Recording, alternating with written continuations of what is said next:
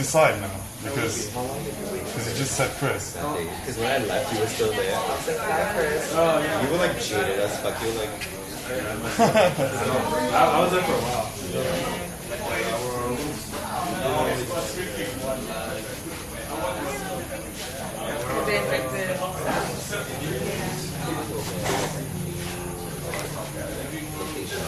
I haven't even been to this. Girl, it's right there. What is that? It's really delicious. We're always in new places. We're a bit creatures of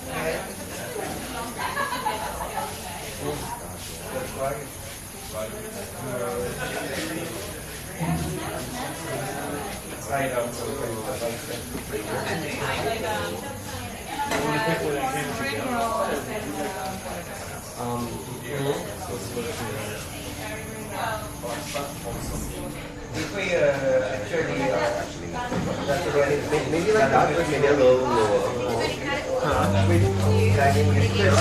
Paul or Chris? Chris. Okay. Chris, right? Yeah, Chris. Yeah, okay, proper Chris.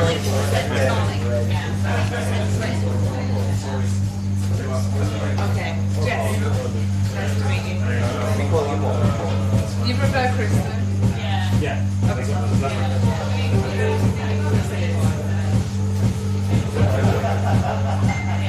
Yeah, there's someone up for us. And it should be open. Well, I did reconnect it. I was just hoping maybe it would be better.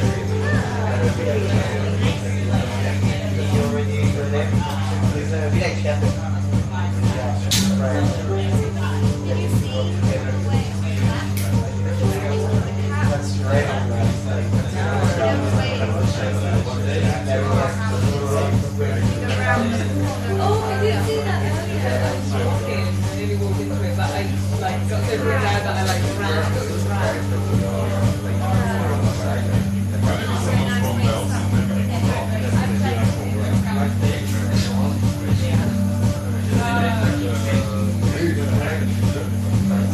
Yeah, check this out. I would love to have one in Banzai Lake.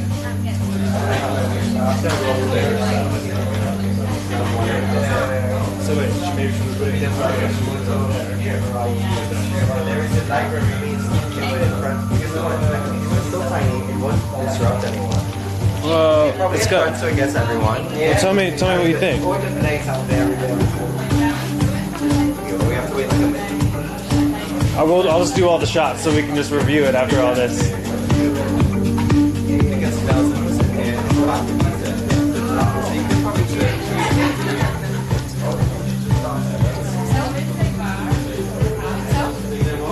Okay, now you're getting up. You're picking it up. Okay, here we go. Wow, the resolution is really good. Yeah. I think if you went there, like where you were initially, maybe too far. I'm good.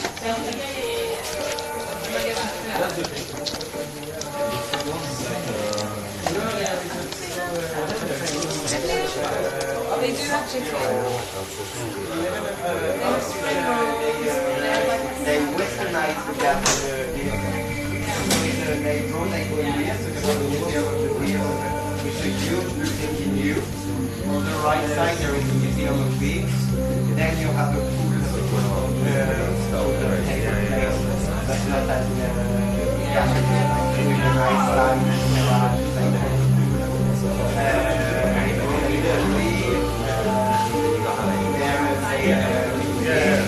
big barbecue design like really with the nice there is a automatic background for the seat. It's a very nice place.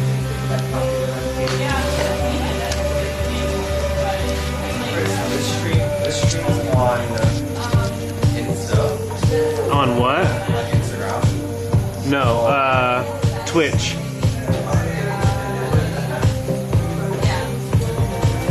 Oh yes. Yes. No, we can easily find it straight for chat.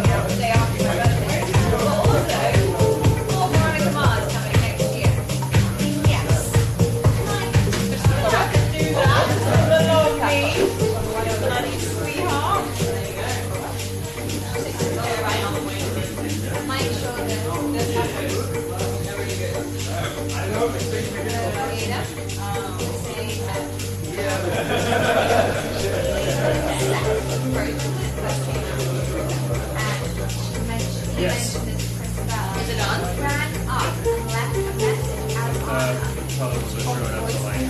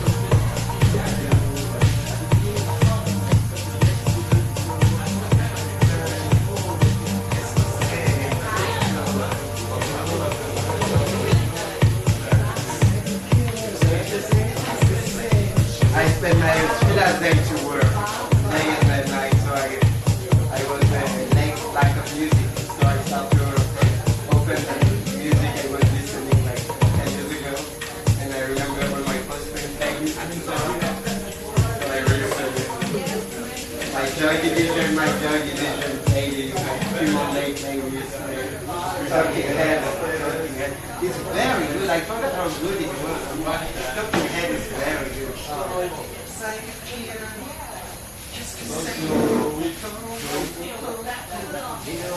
this was the place. Yeah. Yeah, they wrote a lot of great songs. When I was much more younger, I was listening a lot of first Yes! Yes, I heard you.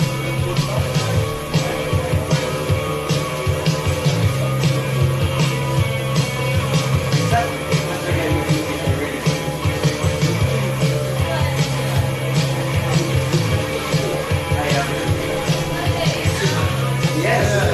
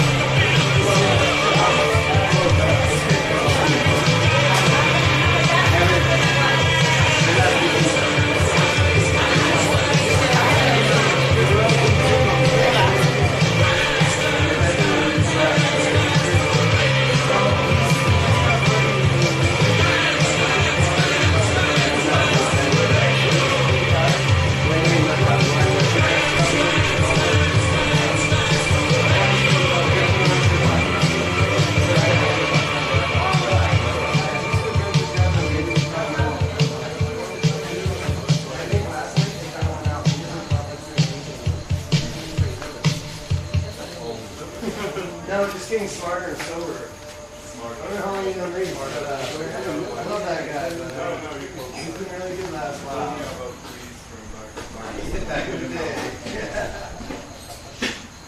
He's always a good dude. There just needs to be a lot more of it.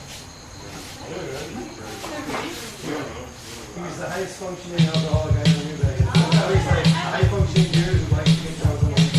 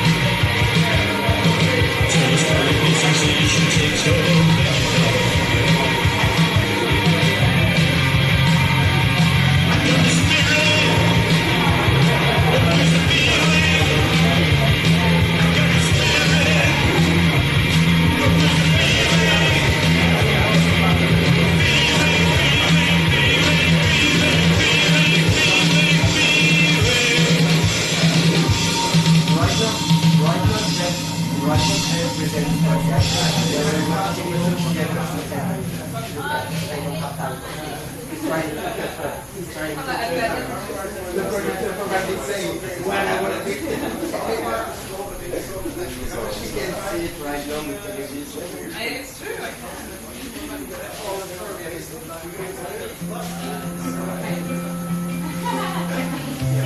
Not sound like enjoying the movie at all.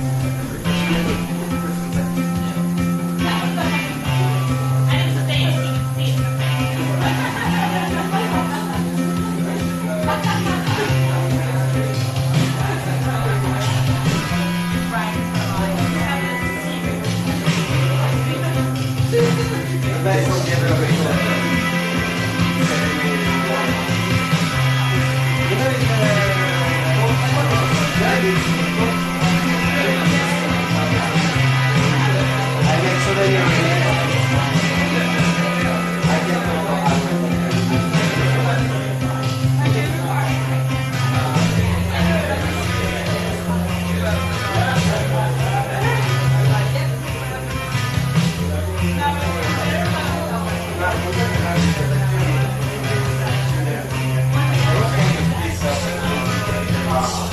was trying to look at a few and I was looking for simple music, and I just looked there, and I don't see it for the first time. Yeah. No, like people listen music from rock. I was thinking like looking at and I used to look for complete hours. I go and then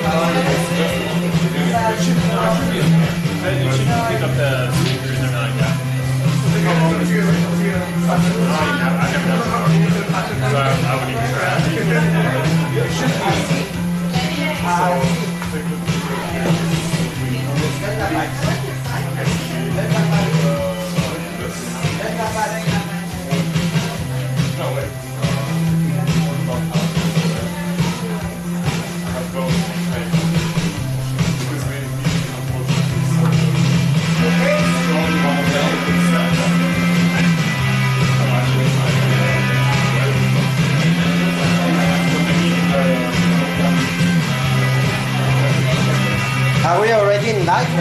Yeah, we are. No one's watching yet. I'm not supposed to be live until like 9. Do you get watching it? In the mornings, I'm never tried it at night, so we'll see. Maybe do 10 a.m. every day.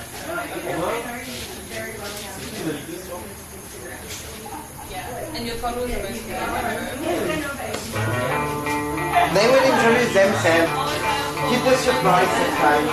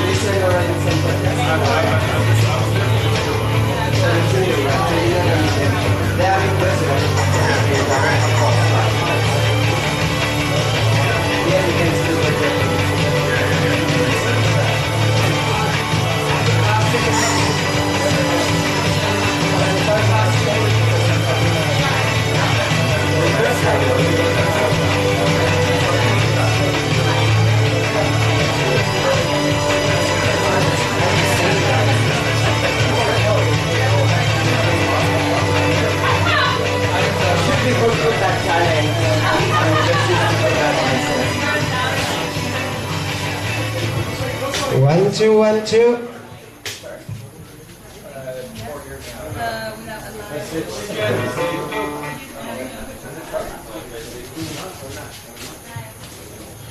One, two. Hi guys, it's just the time. Welcome, Scott. Bonjour. It's just the time to grab your last beer. If your beer is empty, we are going to record in less than 2 minutes. Just before we start, I have to introduce a couple of things. For the people who wasn't there last time, we opened a new segment in our podcast. It's called The Cockfight, and that's at the end of the second part of the podcast. And the cockfight is the part where the audience can speak, so the mic will be open to you. If you have any question, if you have any idea you want to speak about during this podcast, just please take your iPhone, write your ID in it, and at the last part of the last segment, we will back on you. What else? Also, please be quiet. Yes, during the recording, please try to speak quietly. If you can turn off your phone, just put in silence would be nice. Nothing else. We start in 20 seconds now. Are we ready? We are already recording, yes. Yes, of course. I never forget this part. When I say chicken, you say... This is actually the last normal podcast of the first season. We will not be here next Wednesday because we will be here next Sunday afternoon in Hangout. Very abnormally. For a special LGBT podcast. There is a lot of entertainment around. We all invite you. You will see it on Facebook very soon. And I just repeat one more time the tradition of the podcast. Just after the jingle, I will ask you to scream, I will ask you to clap your hand, I will ask you to make some noise, just for the recording. Here we go, jingle.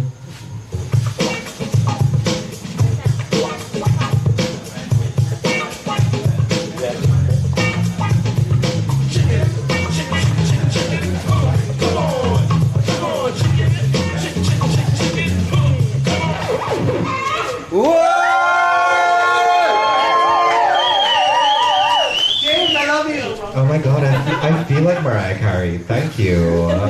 Hello and welcome everyone to the Chicken Coop, a weekly podcast hosted here in CM Reap by myself and Jess. Hi. Hi. Where we talk on a number of topics every week, and this week we're tackling technology. Woo! In our episode titled Bite Me. Bite spelled B-Y-T-E. Who knows what a bite is? Okay, no, we're not doing that. Anyway, welcome. Thank you for joining us tonight. We're so happy to have you. Hey, Jess. Hi, how are you? What up? Welcome guests. We have two fabulous guests. We have Nelson. Hello, hello, hello. Hello, hello. And we have Chris. Hello. Hello. Thank you both. Yeah, let's hear it for the guests.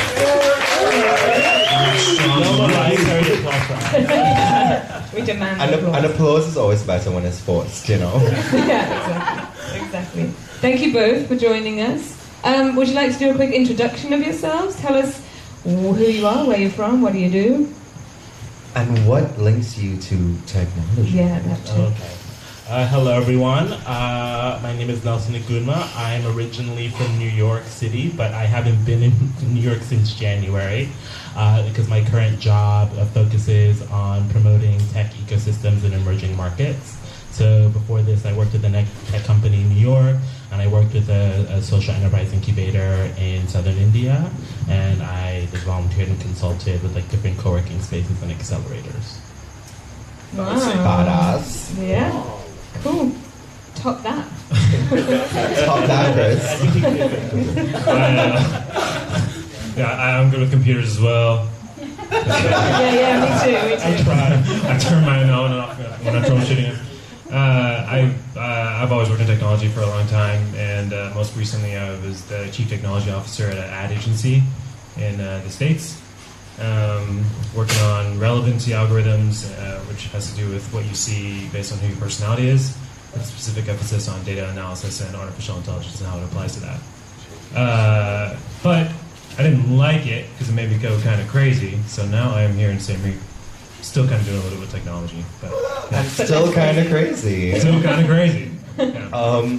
Also, we're here at Anchor Hub tonight. Oh yes. A Thank you, Abraham. Thank you for having us. Yes. A co-working, co-living space on Old Market Road here in Siem Reap. That's cool. Night market. Night market, night market. Shit. Night market, right? Night market street. Night Market Road, but it's Anchor Hub. Night Market Road, but it's Anchor Hub. Anchor Hub. Spelled like Anchor. If you don't know it, Google it. Yes. That's what we're going with. Yeah, thank you, Anchor Hub, for hosting us here. Yeah. Give it up for Anchor. Okay, so we're going to go into our weekly segment, which we do each week, called the Egg Box. And this is stuff that we have been watching, reading, listening to. Any recommendations that you guys have for us? So, Nelson, I'm coming Give to you it to us first. good. Okay, so there is this BBC show that just finished. I'm like 2 episodes behind, called Bodyguard, which is not related at all to the Bodyguard movie. So it actually one of the stars is what's his name? Richard Madden from Game of Thrones. And so it's about this, like, I guess, like Britain's the equivalent of the Secret Service. Like, one of their agents is assigned to this Home Secretary whose politics kind of don't align with. But like, I really like kind of like dialogue-driven, character-driven dramas, and this is one that like has done really well in the UK, and actually Netflix just picked it up, so cool. you can nice. officially watch it. What's the name of it? The Bodyguard. Bodyguard. Wait, you said, sorry. And I guess like beyond like a current thing, something that I've been thinking about, just related to this topic in my work, is this novel called Super Sad True Love Story by Gary Scheitengart, which actually I feel, especially, it was released about 8 years ago, but I feel like it kind of predicts some of the issues with technology that we're dealing with now, and will continue to deal with, because it's really kind of darkly humorous, or maybe not so humorous way, depending on your perspective. So yeah. Cool. We're going to be talking about that later, so I'm interested. Maybe we can go back to the book. But yeah, good recommendation. I've heard about Bodyguard, and I've heard it's really good, so it's definitely on my list. So it's on Netflix, right? We'll be on Netflix like next month, Okay. or later this month. Yeah. Cool. Thank you. Okay, Chris? Mine's way less cool. It's just a blog called Wait But Why, but it's like one of my favorite blogs about technology. He has a knack to write really complex matters in dumb language for people like me. So he draws the illustrations with like cartoon like on paint, and I don't know. It's just he's written a couple blog articles that I really like. A 2-part series on artificial intelligence. There's one on why it's important for us to go to Mars, and then there's one on the neural net. And so I like to stay up to date with that blog, but the most recent one is the neural net one that I've been most excited about. Cool. And that has to do with talking to each other with our brains. So it's pretty cool. Because we normally talk to each other with our Words. Yes. Yeah. See, he does belong here. Can you tell us the name one more time, please? Waitbutwhy.com. Pretty cool blog. Wait, but why? Yeah. I like it. Cool. I like it. Thank you. Yeah. James? Me? Have a recommendation? I do have a recommendation, and it's very untechnological. I'm sorry. But season 10 of RuPaul's Drag Race was just released on Netflix, so y'all should check that out and just get your daily dose of queerness. It's really fabulous. Cool. Yeah. Would you like to explain what it is for people who don't know? Okay, so basically think Project Runway / America's Next Top Model, but gayer, better, with more punchlines, a lot more one-liners, and a lot more drama. Wow, that's the Yeah. trailer right there. Yeah, and they don't have to go through makeovers, because those bitches make themselves over every week with So what do they makeup do? and wigs. Aren't the other shows just about makeovers? I don't know. I don't know either. But you know what they do? They dress in drag, which is like basically performance art, and I mean, they have a challenge every week, so it's not just like, they have a challenge and then they have a runway look, and then they're judged by like 4 or 5 really judgmental, very witty judges, and it's gay, and yes, hashtag gay agenda. So you're welcome. Cool, thank you. Okay, my recommendation is also nothing to do with technology, but it's a podcast. That's technology, right? It's a podcast, and it's called Terrible, Thanks for Asking. And it's basically about mental health and just real people's problems. Terrible, thanks for asking. Terrible, thanks for asking. And it's basically just people being really honest about how they're feeling and things they're going through. Each episode focuses on a different area. So one I listened to today was all about what it's like to have OCD, severe OCD. And a lot of stuff that I didn't know. And yeah, it's just really interesting to hear people speaking really honestly about those kind of things. It doesn't make any apologies for how honest it is. It doesn't try to sugarcoat anything. It's completely raw and real. And yeah, it's really good. It's by no means a uplifting, happy podcast to listen to, but it's cool.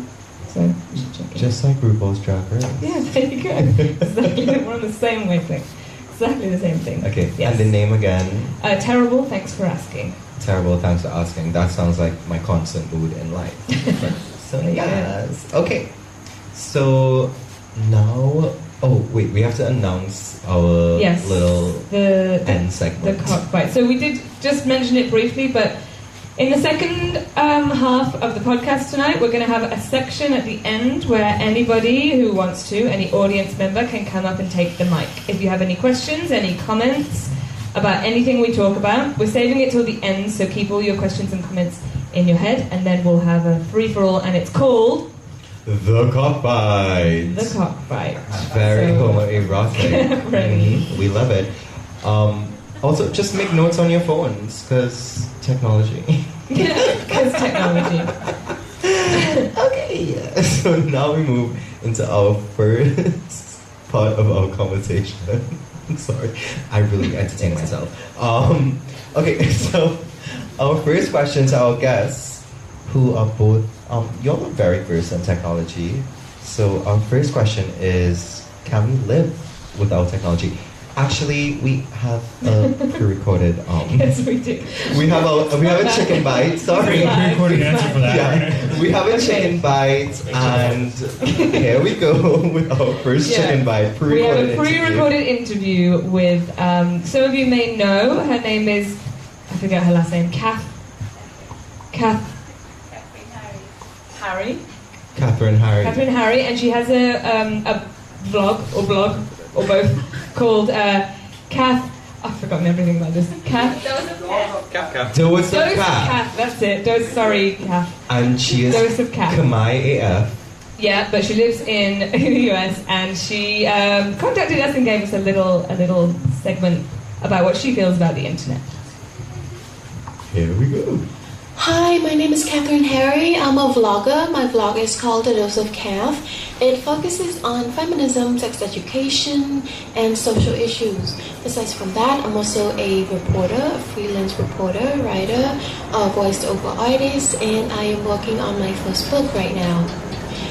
I believe that technology is very important, especially in this internet era, in this 21st century. Everything is all about technology. Without technology, we wouldn't be here right now. Everywhere we go, it's all technology, it's all internet.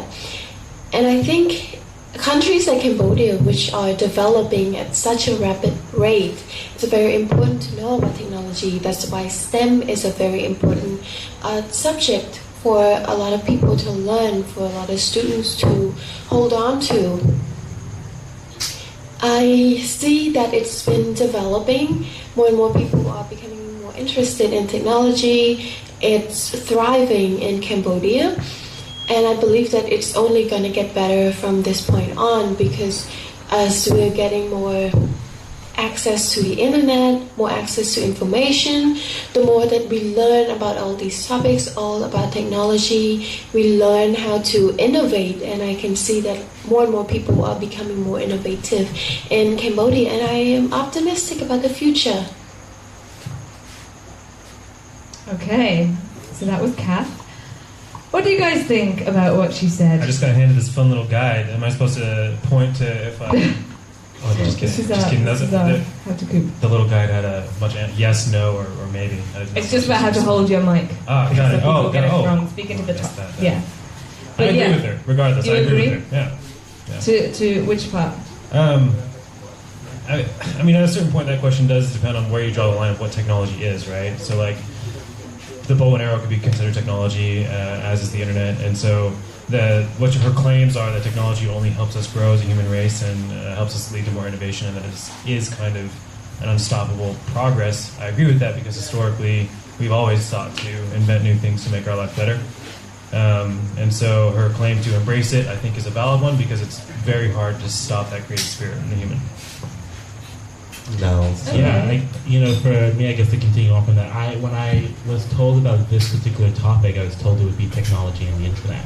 And just like based on what Paul is saying, it's like, yeah, at one point technology was a bow and arrow. At one point it was a printing press. The wheel. Yeah. Mm-hmm. And I guess it really is just this tool, any tool that can help a human being or a group of people perform new functions or perform, existing functions better.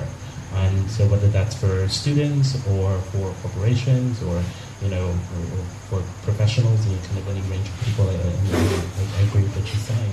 So do you think that, just to let you guys know, we're going to focus on technology. I know they're intersecting, but focus on technology for the first half. In the second half, we're just going to talk about social media. So for now, we'll just focus on the non-social media side of things, because there's so much to say about that. But I want to know, because you both work in technology, I want to know, what do you think about any negative sides of technology? Do you think there are some? And if there are, then what are they? Do we have 5 days? It's going to be a symposium. I feel like I think about that all the time.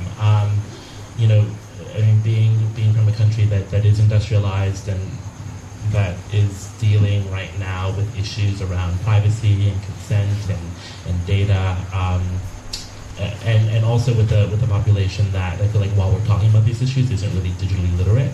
I feel like even in the US there is people can use the internet very well, people can use apps, but if you were to ask people kind of how the internet is built or how it functions or how a platform that you use operates in a general sense, people couldn't really answer that, which can create some big problems when it comes time to regulate these tools. So then when you look at other countries, let's say, emerging markets where, there may not, there isn't a comparable level of digital literacy, then that may be even more concerning, because now you have platforms and companies that in some ways are, many of them have bigger GDPs than a lot of countries. Their leaders are more influential globally than leaders of countries. And I think a lot, not on one level, not just about the technology itself, because I feel like, a tool is a tool, but, how are we informed about it? How are we using it? How is it regulated? What kind of data is being taken and how is it being stored or shared with others, and who is responsible for moderating that? Is it? And I feel like there are some people that would think, if you are logging into an app, then you are responsible for reading the terms of service in full, all 60 pages.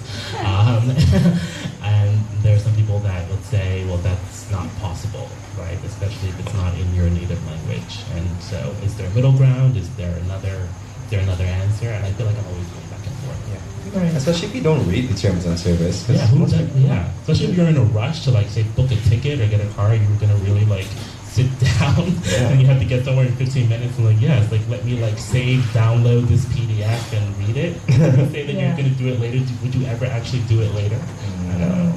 Wait, so has anybody in the audience ever read an entire terms and conditions document? T's and C's. Scott, you know Nice. writing. Nice. More than I thought. Oh, quite a few How people. many of you are coders? Yeah, that's really extraordinary. Okay, so Paul, what do you think? Sorry. I mean, I just like it. Technology, just like nuclear technology, can be used for a warhead or can be used for a reactor. There are obviously devastating negative effects for any tool that we have, and as there are good. I do think that in a large way, as we're progressing, I would consider that we're racing towards the brink right now because we're progressing at such a fast rate, especially in the artificial intelligence sector, which is rapidly changing everything we know about most industries. And if we get that wrong, there is this kind of balancing beam thing where we could fall to one side and kill ourselves, or we could fall into a utopia. But hopefully we fall into the utopia. You can easily go down this path of what happens if we fall on the other side of the balance beam, and I think it's important to talk about that and then talk about how to stop that from happening. But I think if you're someone who builds these tools, it's important to be Walt Disney levels of optimistic about it, because you kind of have to be, because it is terrifying. But you also have to be critical of it, right? Of course, yeah. Optimism isn't the same as like disregarding everything. It's just hoping that the best outcome can happen, and a sure way to assure that is to hedge against the bad things that might occur. Okay, and getting back to what Kat said, which was that she's a social media persona who tackles like certain issues. What about the ways in which technology has allowed us to like organize and connect with groups of people who we may not have been able to before? Like, what do you think about that? Like, is that a good side? Because you also get like this kind of militant action from some people. So, what do you think about that? If you're in terms of connections, let's say for the sake of activism or social change, I do think technology has been helpful, at least in terms of spreading a message widely. I do wonder, though, to an extent, whether it's maybe lowered the barrier for what being socially engaged is. I feel like there are a lot of people that might think of themselves as socially engaged and socially conscious who maybe don't really do more than use the hashtag. Hashtag woke. Right, or may read like a Wikipedia article, but won't kind of go beyond that. To read some of the research, let alone kind of act on what they're reading. So I think for someone who's very self-motivated, and it sounds like this is what Kat is, who is very much on point about managing her online persona and engaging with other people, and it's really good with follow-up and sharing information. Then I think that it can be an extraordinary tool. Whereas for others, I can feel it can be a little bit more of an excuse, kind of like, oh, how can I, engage the world? There's so many people, and it can be for someone who's maybe more overwhelmed by a challenge. That could be a reason to kind of step back. Do you think there's a pressure to, for you guys who work in technology, but for anyone who works with the internet, or even not just works, but we all use the internet, do you think there's a pressure to keep on top of the latest technology? Do you guys feel like you're up to date with technology? Yes. Nelson? I don't. No, I don't. And it's weird because it's like, I don't have Snapchat. I don't have Instagram. I don't use an iPhone, and I feel like I should be from New York. I'm working in tech. It's like if you tell someone that you don't have an Apple device, it's almost considered sacrilege. Some implication of protest attached to it, and it's just like, no, I've just been using the Samsung, and it's been working, and it hasn't cracked yet. So yeah, there you go. Yeah. It hasn't cracked because you didn't touch it. I mean, you dropped it. But not using an Apple product makes you feel like you're not up to speed? Well, yeah, I feel because it's, and I guess not just to go too deep into Apple in particular, but it is its own ecosystem now. And so if you don't have the device, device, you don't have access to it. Yeah. So it's like I could read online about all the things that Apple TV is going to be doing, all the deals that they're signing, all the great shows that may be coming out. But unless I buy the phone, I won't be able to watch them. I think he touches on an interesting topic there in talking about as its own ecosystem. In a lot of ways, I find it's helpful to think about the internet as its own country that has 2 billion daily active users and is a very rich ecosystem and is continually growing its borders. And it is something that is, as such, is a very rich and powerful country. And people that use it are generally benefit from it, but it's not to say you have to reside there. You can always move and eliminate yourself, but it is more difficult. And it would be akin to living in the West in America and having a nice cushy life, a very rich country, and then moving to a less fortunate one. It's going to be a little more difficult, but it's not impossible. And you can do it. It's the borders are growing, and that population, the demand to use it is ever increasing because it is such an incredible tool. So do you think there's ever a point where technology can go too far? Can become too advanced? No. No? I think it's also important to. So, this idea of connection that you were talking about, and helping people learn, and the girl that was doing the blog, technology, if you go back to its roots, can be anything from the written word to the printing press to the spoken language, and the printing press basically allowed. Before the printing press was invented, a technology, only the upper elite were able to read, and therefore they had the education, and it was very hard for even the most. If you came out of the womb a genius, and you never learned how to read because you never had access to the technology of a book, then you never had the potential to help anyone or yourself, and you ended up digging potatoes, which is not a bad thing. It's just perhaps if that person had access to the technology of a book, he could have been the next Leonardo da Vinci. So what technology does is it spreads the opportunity for us to connect and share information and allows the smartest of us to disseminate that knowledge, that information down to the rest of the human race over and over and over again, and allows us to progress at an incredible rate and in ways that better our lives. So technology is a facilitator. Right.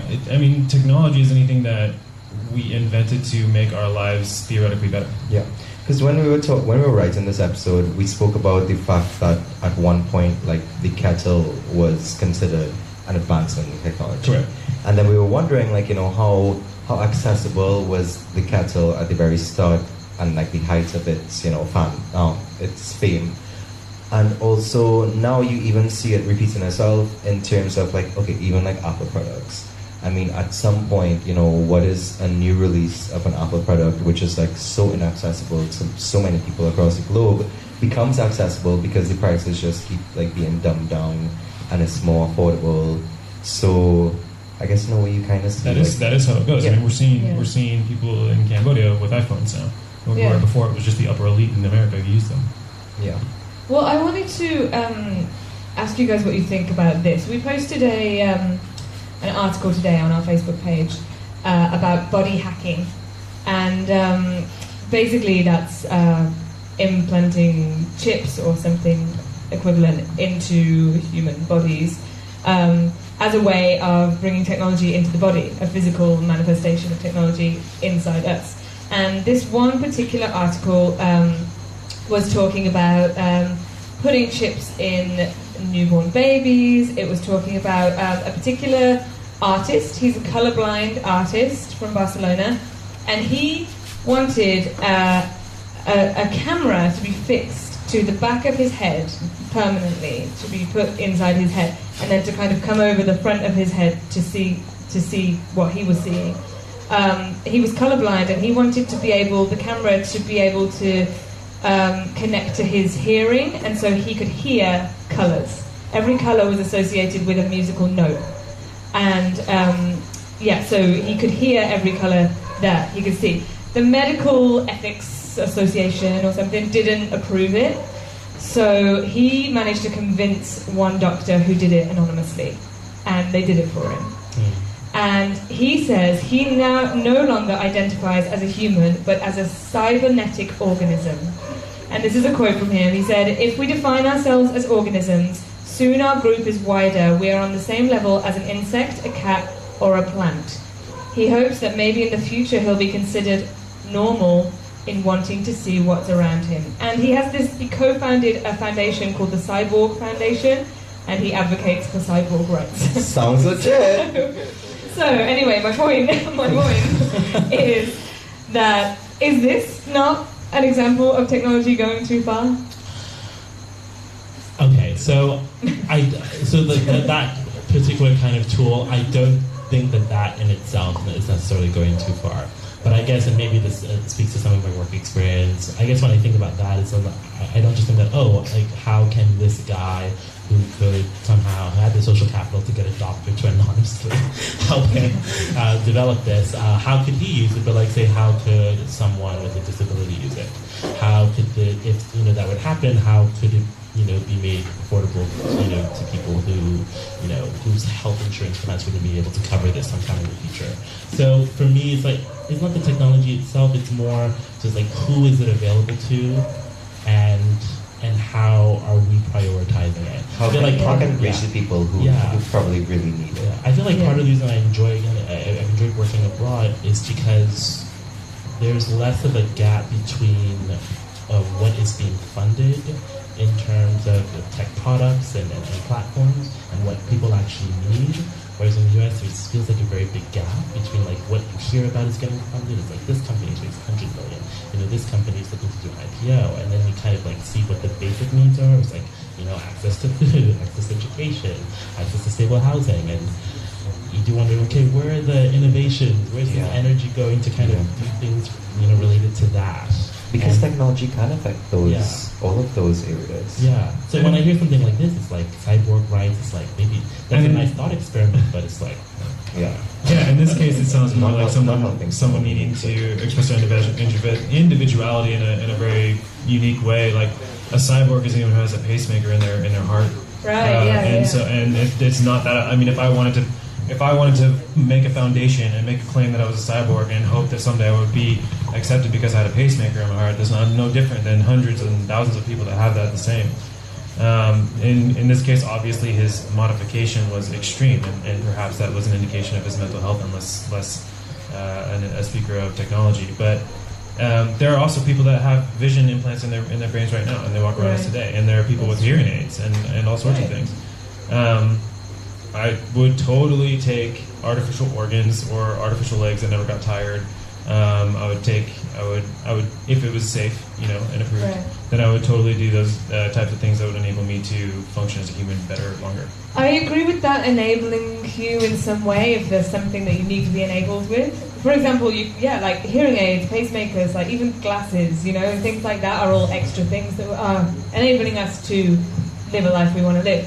What about things like, there's an example in China about people having chips implanted into them as a way of people keeping tabs on them and getting their information and keeping track of the whole population, basically. And this goes to the question of choice. It's whether it's someone who feels social pressure to buy an Apple product on one end, or someone who is getting a chip implanted for political reasons and the other. I guess the question I'm always thinking about is why are you using this technology? What is the purpose? How much do you actually need it? How much you actually need it? Who determines that you need it? And how can you? There's always a question opting in. It's you can always sign in something, you can always sign up, blah blah blah. But it's how can you opt out? If you want to opt out, what does that mean? And is that an option? And if you do opt out, what are the consequences? Probably means that. Well, by the US stuff. I would definitely die if I lost my phone. That's for sure. Well, that is actually a good question. If you guys had to stop using technology tomorrow, how would that affect your life? Armageddon. I'd be lost. I actually, I left my phone behind the other day, and I was halfway out of my driveway, and it was definitely too far to go back for it, so I just continued on, it was a little bit of a struggle, but You regretted it, right? yeah, it was a little bit of a struggle because like I kind of got lost a little bit and wandered around San Week in circles until I found where I needed to go, but it wasn't like so bad. But luckily, we live in a place where that's kind of easier to do because it's a slower town, and I wasn't late for a job, and all those things. So yeah, it definitely is a hindrance without technology. It's much more inconvenient without your phone. Does it ever scare you how attached we're all becoming, how reliant we are? It can be a little weird because, like, I feel for me, it's like if I didn't have my phone, I wouldn't have a problem just conversing with people face to face, or say asking for a phone if I really needed to call someone. But I do realize it's like two directions. Like, I'm not familiar with the layout of the city. There'd be a little bit of anxiety. And I think about an experience I had a few months ago when I was in Bangalore, where I didn't have a SIM card because you need like ADR to get it, and I just couldn't get it. It's like there for like a month, and for 3 weeks I basically didn't have a working phone. So I basically had to rely on a friend, like, hey, book me my cab, or like, order me this food. And somehow, and I don't know what the ethical implications of this are, but despite the fact that my phone didn't have service, the blue dot on my maps still followed me. So even though I couldn't identify, I couldn't necessarily determine where I was going, I could see where I was. Fucking Google. And which is like, there's a part of me that's like, that's this scary. is weird. But there's another part of me like, thank God, because I know what street I'm on. Yeah. Wow. That's not cool though. Yeah. Does that scare you? Invasion. Well, yeah, because I was just like, okay, well now, like when I did get a SIM card, it's like, well, how would I be able to opt out? Like, how can I make sure this doesn't happen again? And I don't know. They're going I back. have no idea.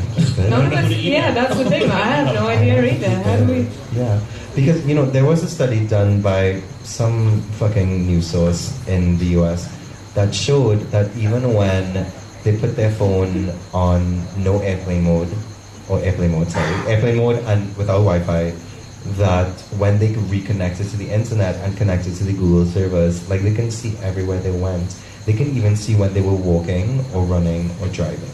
Like they can see like the speed of their movement. And now Google Maps is actually, at least to me, I don't know how many people they're doing this to in general, but they're actually sending emails monthly, kind of saying like, this is where you've been this month.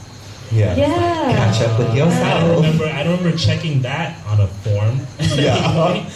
It was in your terms and conditions that you did not read. So it's interesting to look at it like, but then it's also like, okay. Yeah, like, thanks. Girl, what? Yeah. I didn't ask for this. I think going back to your original question is, does it scare you to have this thing like in your pocket that you're totally attached to? I think you should never be scared of something you carry with you every day. So like if you're scared of your watch because you don't, and it has like a bomb in it, then don't wear your watch. It would scare me to carry a bazooka on my back every day. Like it just doesn't, that's not something that would make me feel comfortable with how attached it was to my person. And so I don't carry a bazooka on my back every day, but I do take the time to educate myself on what a phone is and the technologies and how I'm being tracked and all that thing. And therefore it makes me feel comfortable. And if I felt maybe I was a bazooka expert, perhaps I would walk around with bazooka every day, but I am not. So I choose to walk around with my phone and no watch because I understand that. But sorry, go on. No, sorry. Well, then is there dangerous technology that exists on your phone or exists in our everyday lives then? Yes. I know that's a very subjective question, but let's hear your thoughts. Like let's limit it to the phone then in this context because you're saying dangerous. I think I know what you're getting at. I mean, the lithium battery can blow up in your pocket anytime, but I don't think that's what you're going for. The dangers of it's a psychological misuse of a tool. So there's danger in my kitchen when I have knives everywhere, and there's danger. If I misuse those tools when I don't use them correctly, I can hurt a lot of people. Knives are a basic tool that a lot of people understand, so it's easy for you to be like, oh, of course, everyone knows how to use knives, and I'm just going around killing people. That's good. We don't want to do that. And phones are much more complex, and so therefore pose more danger because they're not understood. But like you were saying, I think an important part is educating ourselves on what it is. Yeah. And knowing that first before being scared of something, learn about it. But that's what I kind of meant about. Does it scare you? Like, more about does it scare you about the mentality that we all have now, rather than the actual phone itself or the way that we use it. Just the mentality that we have of feeling anxiety when we're without it. Is that Is that a worrying thought? Like you had a short period of time without your phone or without well, not a even without the working phone, just without. It's Yeah, like, without, it's still weird. right. Yeah. But was That's that liberating in any way, or was it just annoying? I mean, in terms of like having a good excuse like, not to Talk, respond to look emails at. and messages Yeah. in a timely fashion. It's like, oh, sorry, I couldn't get the SIM card. But yeah, if I'm but when I was in a rickshaw and they say like I used Wi-Fi to figure out where I needed to be, and I'm just like, I hope this driver sticks to this route, and Yeah. and then kind of hoping along the ride that he would, or that maybe hopefully he wouldn't ask me like, oh, where are we going? How do I play out that I don't have a phone? And if you like drive, But those things weren't annoying before phones. It was just life, right? Life is I life guess is always it- life before we invent something, right? Yeah. Life was life before we invented cars. Yeah. Life was life I before we guess that invented. was, but I guess in some ways, because technology is meant to make our lives easier. I do think about like without it, how much things that even say just 5 or 10 years ago seemed so simple, Yeah. it would seem a lot harder. Right. so much we less just cushy. basically, we've just become kind of, Because the convenience kind of begets entitlement in a way, right? Yeah. It's like, it is so convenient to just Right. look on your phone when you're in a tuk-tuk or rickshaw, Yeah. like going somewhere and be like, oh yeah, you have to make this right. Whereas when you don't have that option, because I've definitely forgotten my phone at home sometimes, and I'm just like, yeah, I'll be fine. And then You're like, I oh, find like, this and oh this. yeah, that's the day that I need my phone the most. But then is it that was the day I needed my phone the most, or is it that every day I needed my phone the most? Who the fuck says, I right? mean, I would say the same about my car or the train when I was commuting to work, right? Like every day I needed my car, and before that, everyone needed a plow. So, and it's like, I know I keep going back to this, but I think it's an important distinction to make that we seem to. This is a common trend in human history when new inventions come along that there is resistance to change, and that is a very human aspect. And but technology is not related strictly to the internet or electricity. It's an invention that betters the human spirit. And we've always, as we've progressed, people are like, well, if we all get Bibles, then what's the purpose of having a priest? Because the printing press was coming around, we were disseminating more Bibles, and that was a problem. And then because we had that, we also shared education. We pulled ourselves out of the Dark Ages.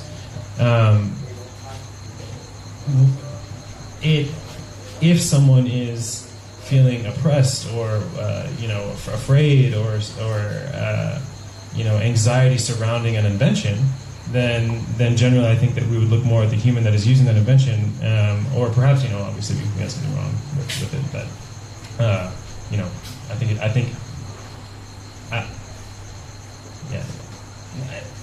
I think we have to look more about how we're using the tool. Like if it gives you social anxiety and you walked out the door and your car was suddenly disappeared and you had to commute to work and that just like blew your world, rather than like I got to go get a bus or I got to call a friend or whatever and attack that problem rationally. And if you're having a meltdown because the tool that you were accustomed to just suddenly disappeared, then that's probably a problem with you as a person, and not necessarily the tool that someone invented to commute people back and forth to work. Okay. Agreed. Yeah, I guess the assumption applies a lot to people who are educated and have some level of digital literacy, and I do wonder how that would apply to people saying a mobile first country, where their phone might be the first technological device they've ever really used. Like we're assuming that with things like toasters and other kind of technology in a broader sense, that before we got our phones, that we were used to technology, we were used to that convenience, and we'd already developed a little bit of a sense of entitlement. So like a phone and laptop was kind of an evolution of that. Exactly. What about for people who really don't know what they don't know about the technology that they're using, and don't know how to find out? right. Because in the same way that Jess was saying, before wasn't it fine, it kind of is like ignorance is bliss, right? Like if you don't know what it could be like, then of course this is fine. Like you can exist in this state unbothered. But then once you get a taste of it, it's like, well, that's what I'm used to and that's what I'm entitled to. So now But also, I kind of need it. like you were saying, it depends on the world, the society that you live in. Yeah. Because you kind of always have to keep up with the people around you, right? Because that's how networks work now. Everything's online, so you have to keep up with other people. If you're in a society where everyone's on the same level, no one has the latest technology, if everybody lives without phones, then fine, it can be how it used to be for us. Yeah. But you cannot be the only one. I mean, you can, but life will be difficult. Well, okay. What was the question of the rat race and the status symbol of technology? Because that, even I remember when like the first Nokia cell phones, like the shitty ones, came out. Like that was a mark of like how situated you were in life. Like what can you afford? The fact that you can afford a phone, the fact that you can afford a plan. Like, I mean, so what about the status symbol behind technology, which still exists today? Like, does that drive it forward and then opens it up to be more accessible, although it starts off inaccessible? I hate status symbols in general. Like if you have the like latest blazer or shoes, or I think it's ridiculous. And I agree with that technology. Like if you have the latest iPhone and the latest and greatest computer and whatever, I think that and perhaps and the internet helps drive all that and all that. But I think in general, I hate any sort of consumerist thing that drives that you buy something to make you feel better. I think that's wrong entirely.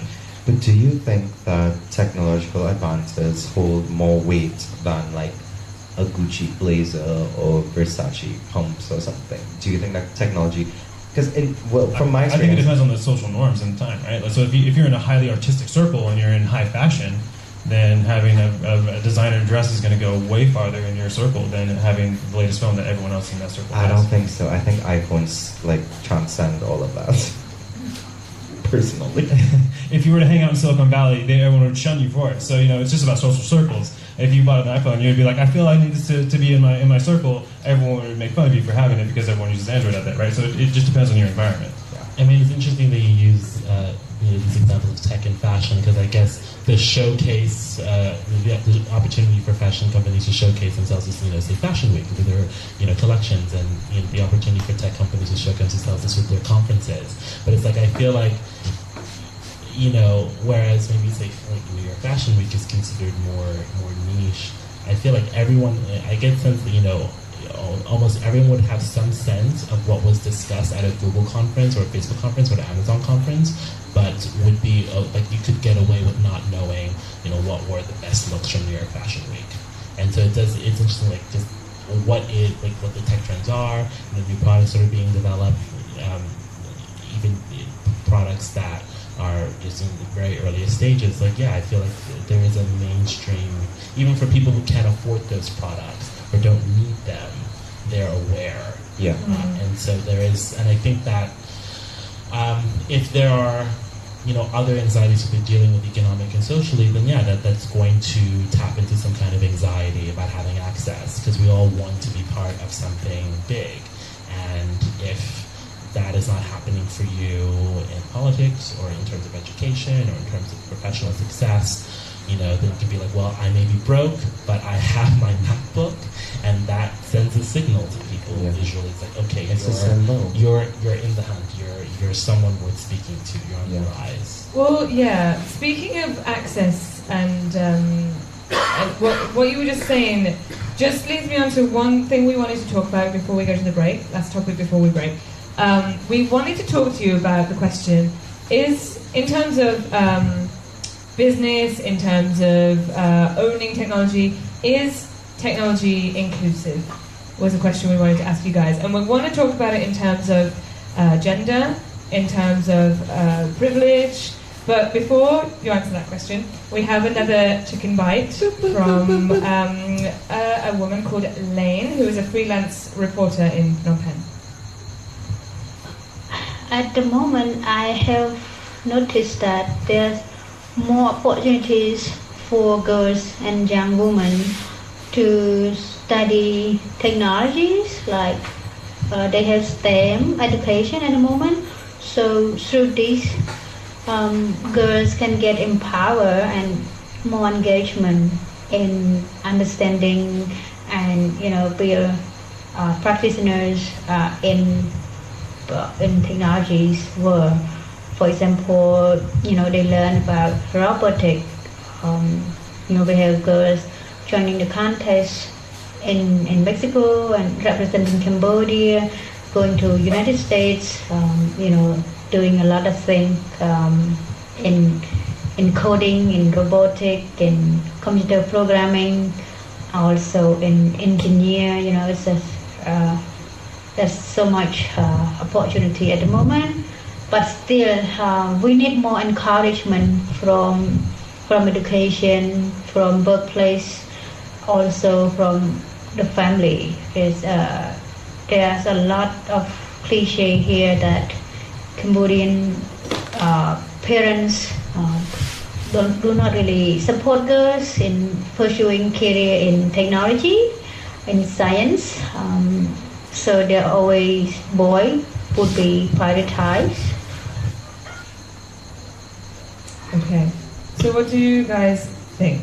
Because there is a big notion, talked about a lot, that technology, in terms of employment, I guess, in terms of big technological businesses, is not necessarily inclusive of women. It's a man's world. Even in Silicon No. No, I would agree with that. Silicon Valley, There's a lot of guys in Silicon Valley. There's a lot of guys in the industry, and to make it in technology as a woman, you have to not have to be exceptionally brilliant, but it is tougher because there's less females in the industry. In general, that is changing. The nice thing about coding and programming is that as an employer, I don't care who the person looks like on the other end of that, because most of my developers are remote anyway, and they always have been, and that continues the trend. So as long as a person is able to write good, healthy code, they could be man, woman, not a child, but any other thing, and that's fine. And because of that, we're seeing more and more women enter the programming field, and that is good because it's very much can you do it, can you not. And coding in general is a very creative field, and so that lends itself. We're seeing a lot of breakthroughs as more and more females enter into the coding workforce. So it's cool, but it is definitely right now still a lot of guys in the technology sector there.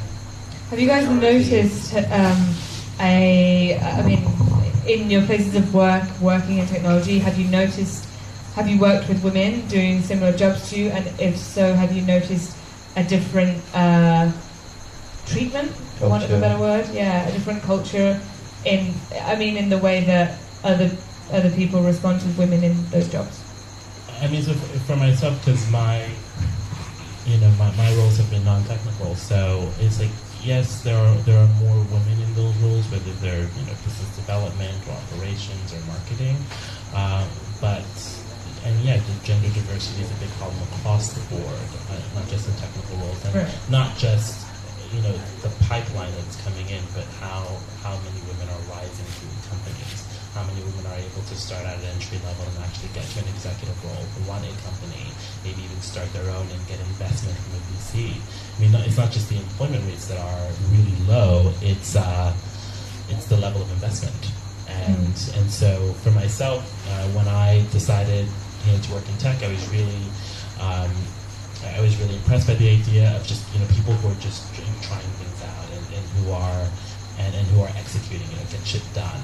And it can be a little frustrating when I see a sense of urgency that one would have about how to making a particular deadline or making a sales quota for a product that doesn't quite. You don't see that same sense of urgency with, well, how do we make this product more accessible, or how do we make the people who are on this team more inclusive? How do we make them more reflective of who we'd like to use the product? Because I feel like we've been talking about diversity in tech for years, and the statistics, they're moving, but not dramatically, and I feel like tech is pretty much the only major sector that I'm aware of, where there's this level of stagnancy that, you don't see so much in, say, financial services.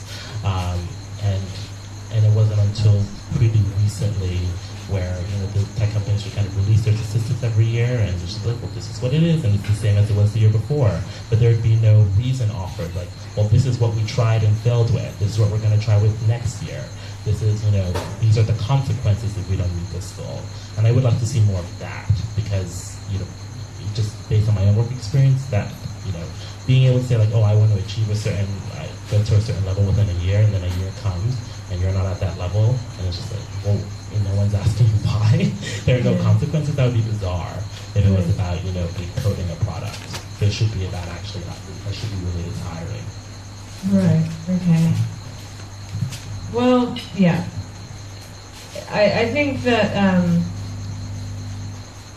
Well, I mean, I don't know much about the topic, but which is great for the host. But what she was saying on the reporter in Phnom Penh, she was saying that she's seeing a big rise in and this is in Cambodia, so this is where we are now, but this is different from where you guys are from and from where you guys, have trained, I guess, and have been working. She's seeing a rise in women in this industry, but she also brought up STEM, which was also mentioned in the beginning as well, right? In the first chicken bite, was it? Yes, it was. Okay. Mm-hmm. So so that do you? I mean, I don't know. Do you think that STEM is becoming more, because I know it's becoming more inclusive because it's being pushed more to young people to study this more, and it's becoming more of something that is being pushed as a necessity, that we need more people in these industries. Do you think for people of your generation, our generation, it's also just as prominent in our minds, or is it only a younger person's thing now? Has it started from them? You see what I mean? So the EdTech company that I worked with in New York is called General Assembly, and earlier this year they were sold, and so they would be considered, I guess, a successful company. And they had, by the time they were sold, they developed courses around, app development, general coding, business development, pretty much every range of, I guess, startup jobs, so to speak, that you would need to be prepared for. And what I noticed is that, in terms of the students that were taking these courses, is very diverse. It's a very diverse company relative to a lot of other tech companies. But I did see a gap when people would graduate and kind of the jobs that they would pursue. I think a lot of people would come into those courses, especially coding courses, thinking I'm going to go through this 12 or 13-week boot camp, I'm going to do my exercises, I'm going to graduate, and then I'm going to get a full-time salary position as a software engineer at a company. And I did feel like we didn't do the best job in terms of managing those expectations, and sort of saying like, well, you might have to start with an internship, and it will likely be unpaid. And I, just kind of keeping track of progress. It was frustrating to see, people who, had gained a skill, something they could add to their resume, but whereas the promise implicitly had been that, okay, you can change your career. Right? If you were, even if you're, an artist who's never been technically inclined, you can take this course and, and get that coding job. Probably what we should have been saying, what a lot of edtech companies should have been saying, and should be saying now is, well, this is not going to necessarily help you change your career, it will help you supplement skills you have. It may lead to a better opportunity in the career you currently have, but if you actually want to change your career and dramatically increase your salary and your role, then that will require more work. So I do feel like there's a gap. And then there's a lot of talk it's globally about the skills gap, and just kind of like how what employers are expecting from applicants and what applicants have. It's not really on the same level. I do feel that gap is not necessarily in terms of a lack of capacity from applicants, whether that's coding or other areas, product management or other areas. I think it's more about managing expectations and just realizing that learning, if we're going to say that learning is continuous and that is a lifelong thing, and it should be, then that means even if you take a 13-week boot camp, we have to be very clear. It's like you have to keep applying those skills. You have to keep practicing. You have to keep networking.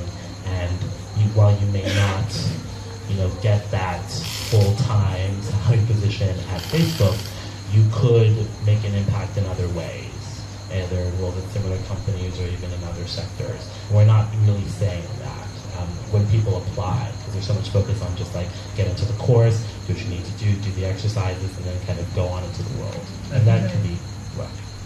Yeah. And I think what you're asking is, do you see it in our generation versus the younger generation? Is that like the accessibility to it? I think the reason why it is a lot of guys in tech right now is you have to understand, to be expert in tech right now, you have to be getting shoved in lockers in your high school years. and it wasn't cool to be a nerd, and it wasn't cool to be programming, and it was you were very much shunned, and those were guys who were okay with locking themselves away in their closet and being friends with a computer. And that generation is there, and they're experts, and they're leading the way because they were the ones that were being shunned, and it was not cool. So, and it was not accessible for them either, because there was a huge social stigma against it. And the generational now, the younger generation, it's cool to be a nerd, maybe, I don't know, I hope so. It's more accepted. We're accepting this as a culture that we can embrace and all be a part of. That's why we're seeing much more, the equalize, we're seeing much more female programmers. My team was 50-50, not by choice, just by who the other person came in. And as that generation kind of goes away, then we're seeing much more accepting.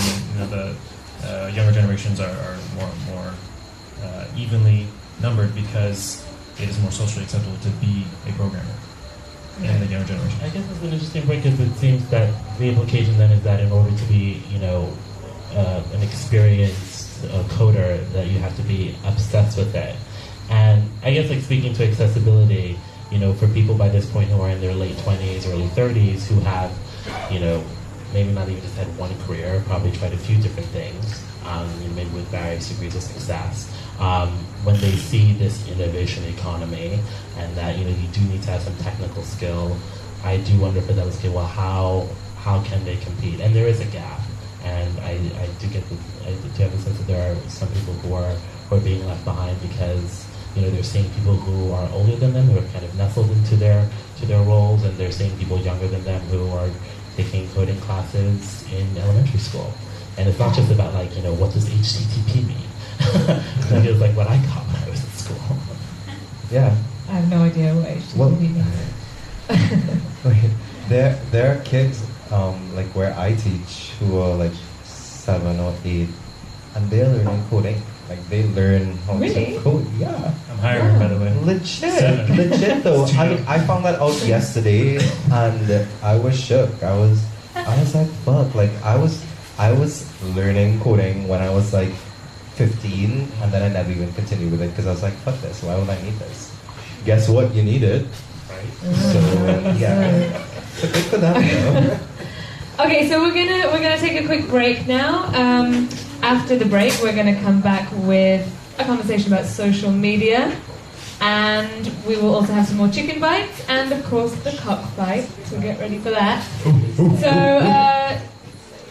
So yeah, please stay so that we can have lots of audience interaction in the second half, and we'll be back in 10 minutes. Thank you, everyone. Thank you.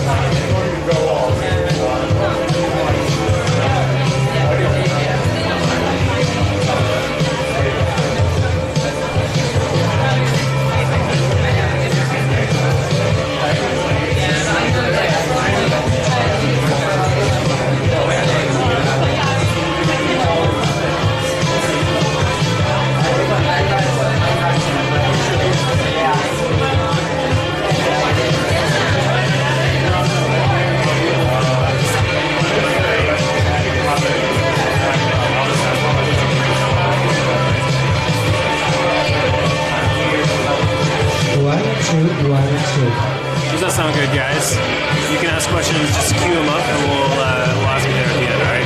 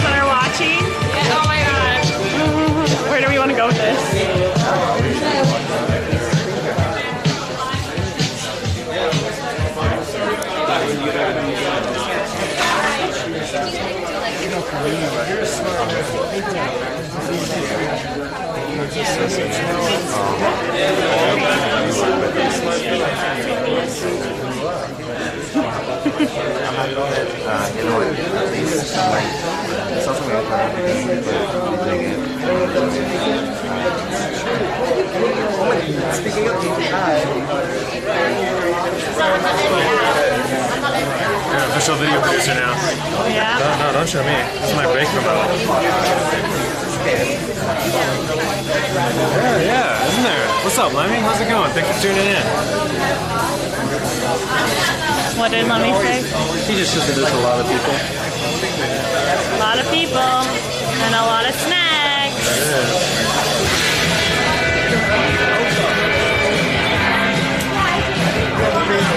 I need water, so either they gotta come with me to go get water or you gotta hold it. Sorry, I'm just gonna step in here. Whoops. Are you gonna finish it though? You should be, but it's complicated to take them off. So I just it's so far.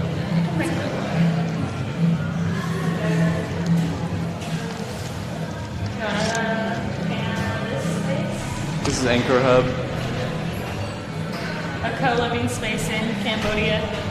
Yep, one of them.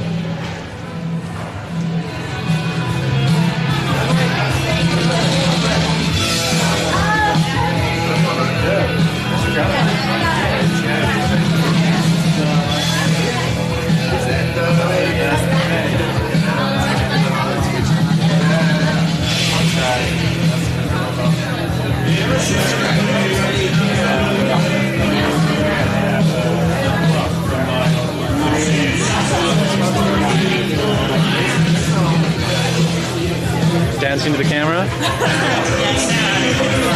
Love my stardom. What? I love my stardom. Oh, yeah.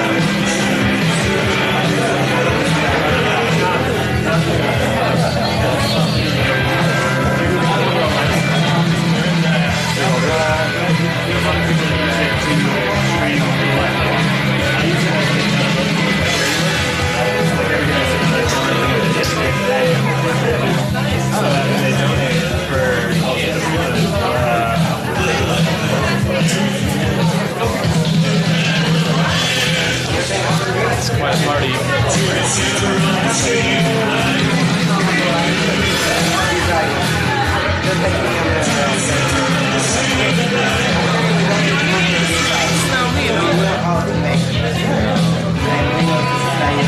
They have snacks here that cost $1. Apparently. Yes. Do you have the chat pulled up? In case Mommy is talking about it?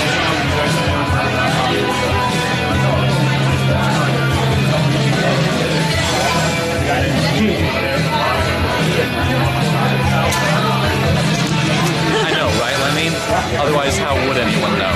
That's a legit problem. I probably should have yelled at me for it. And my feelings hurt.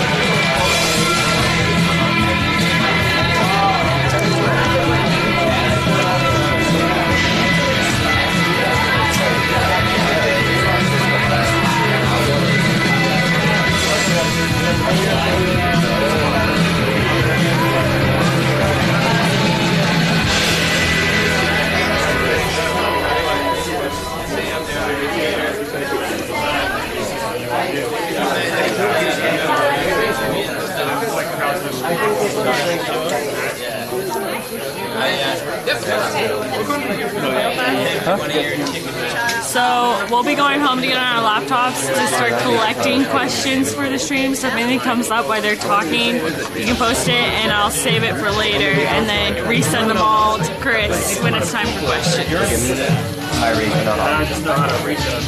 So hopefully he'll get the questions then at the end and be able to answer them at the end of the podcast when they're asking for questions. So if anybody has any questions on there, write them in the chat and we'll go grab them. Give them to them. You have the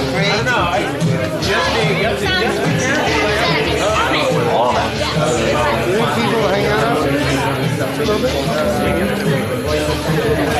I think so, probably.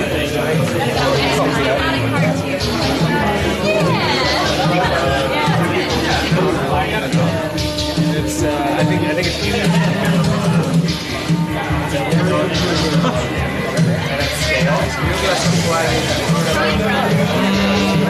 I think that's a little,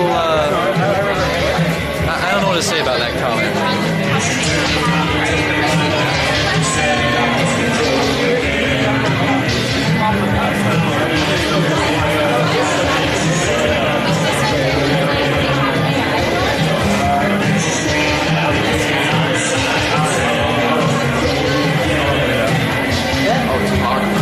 I will, 1 second. Let me go talk to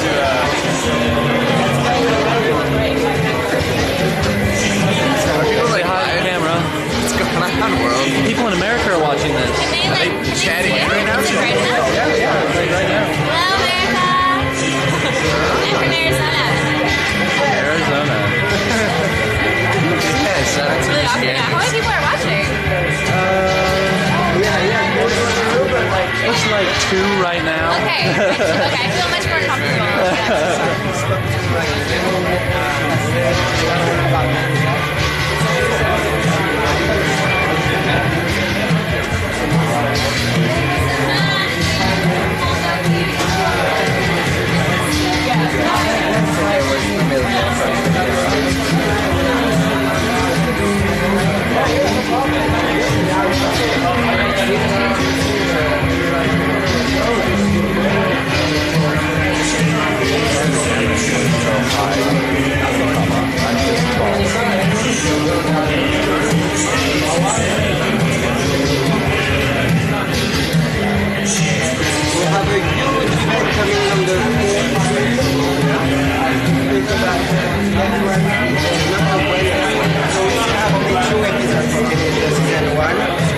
The next one is in Hangout. That will be Sunday afternoon. Speak about LGBT. That will be a proofreading event for the things that will be a longer podcast, like 4-hour podcast with entertainment in the middle. If you want to join, make some streaming there, etc. is on 14. People you should contact is me or my name Chicken Group or Little Red Box is involved in this event. Oh, awesome. Great. Yeah, shoot me a message. I'll figure it out. Message any one of us or them who you know the best. There is like a huge event. There is the first podcast of we guess when I was 30. We guess 45 minutes to make when I was 30 already. We expect a 1 hour 30 podcast for starting with 4 guests, and after we have a 2-hour conversation with 4 guests too. Okay, awesome. So there is 8 guests coming. If you want to join, shoot me a message. I'll be there. That sounds great. If that's any interest for your channel, 14th of October, and that would be the last episode. We just make a party for the last episode. That sounds great. And yeah, if you want to keep in touch, after we are preparing the season 2. Okay. And we'll probably make a tour. We will not have a live recording every week, but we will probably record in a... That is secret. That is about the season 2.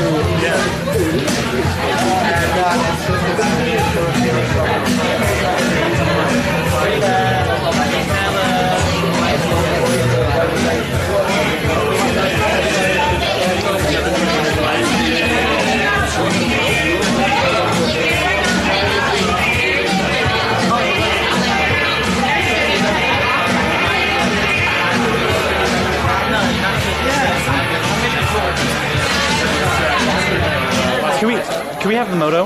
Yeah. Okay. You have my Facebook, right? Yeah. Just know that I don't have any keys to get in. Okay. That's fine. Just let us know when you get home and we'll let you in.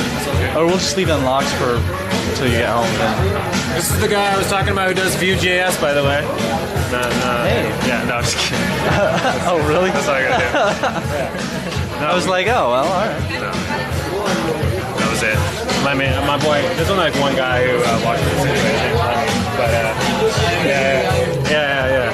Hey, there are 3 people watching right now. 20? 3. All right. We tripled our viewership. Yeah. Thanks for watching. I mean, you're awesome.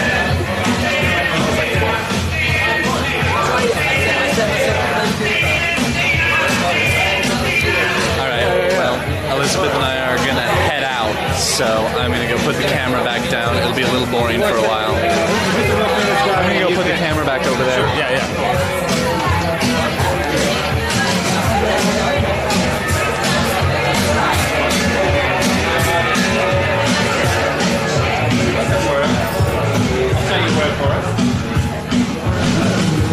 And my dad went, since like the opposite, my mum's like,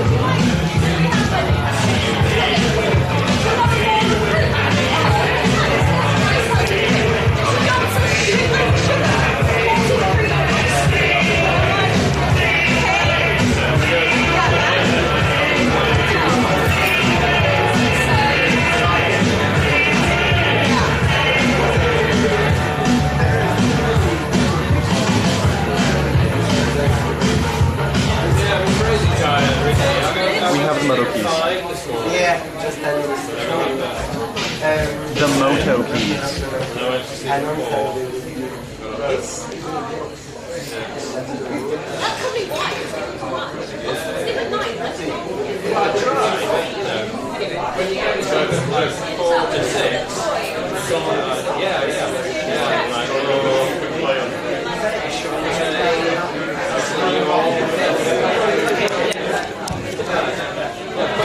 Everyone, we will be starting again in 2 minutes, so please get your drinks and your seats. 2 minutes. Put it in like a voice box in the special machine. jamming away in French. Oh, yeah. So I'd like to squeeze the stomach, then you go. It says Julia words. Yeah. Squeeze it, go ahead, go on, how's it going? How are you? He's like, let's go to Bond Street.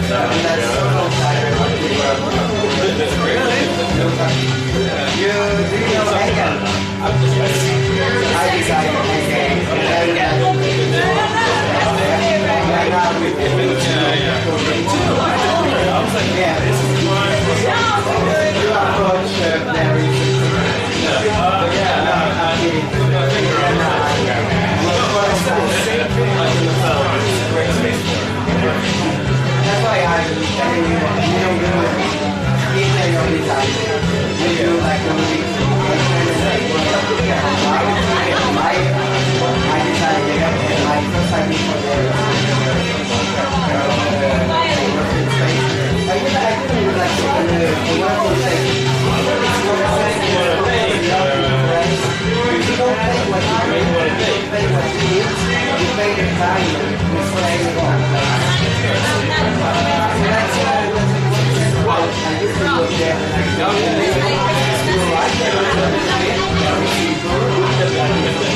I wanted to get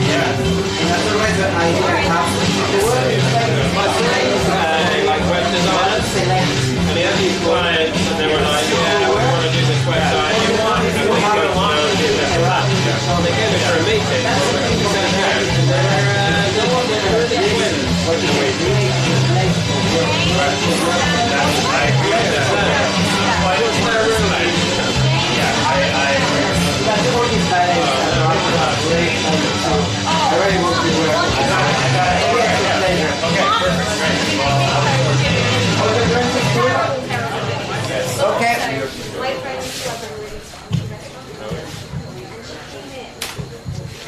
And 30 seconds right now. Thanks. Thanks, will you be? I mean, everybody looks ready. Are you ready? Yes. A beer for the host. A beer for James. Okay. A beer first. Okay, just after the jingle, one more time. Please clap your hand. Please make some noise. 3, 2, 1, jingle.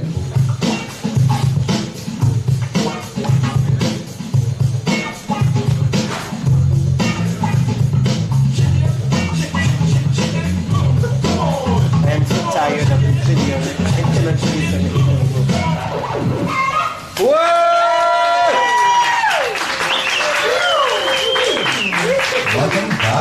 Welcome back, all you beautiful people. Now we're talking about technology in our episode called Byted, spelled B-Y-T-E. What a pun. Always good when you have What to a pun. start the pun. Okay, don't hate on it. Oh, that's great. Okay. And the name of our first game, which we're going to jump right into, is called Bite It. Like the Michael Jackson song, Beat It. Oh, wait, we haven't. Do we have a jingle? Do we not have a jingle? Oh. Also, So I we're can making our own jingle. Okay, sorry, that was We don't have that was what I can offer right now. I was going to join in. I was like ready to go. Oh, please, No please. one can be to lead it. Okay, Bite It. No, yeah, bite it. Okay, so Anyway. in this round, we're gonna play you. How damn it, how drunk am I? We're gonna play you a plethora of nostalgic, technological sound bites, and you both have to guess what it is. What the hell is And we're bringing back our beautiful chicken buzzers. Yes, take your chicken butters. Can we get a round of applause? These are the stars of the show. Come on. So you have to buzz in. Okay. So have to if you buzz in. recognize the sound, buzz in into your mic so we can hear. Got it. Like, yeah. Got it. And then you say the answer. Ready to go. So here we go. How dare you? So there. Ready? Number 1. Number 1. I thought that was a bite.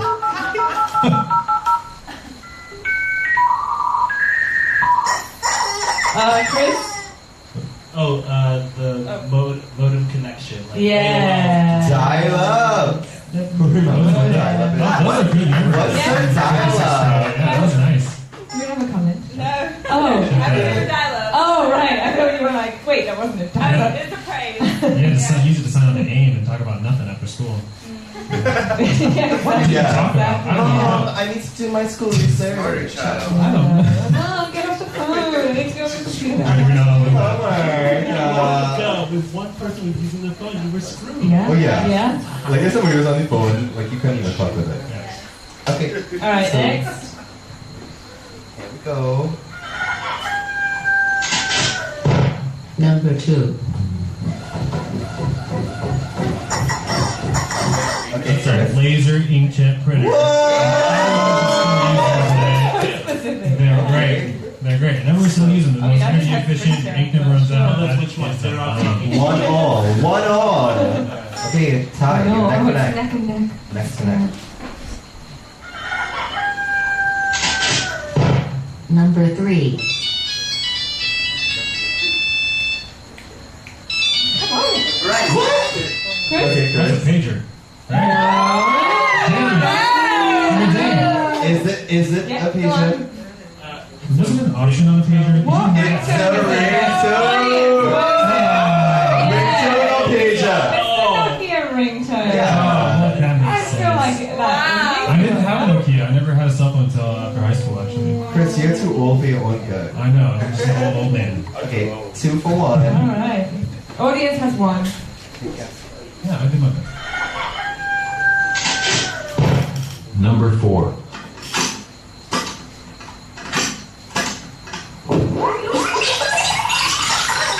Chris, Is that the VCR going rewind? No, but you're kind of on the right line. Close though.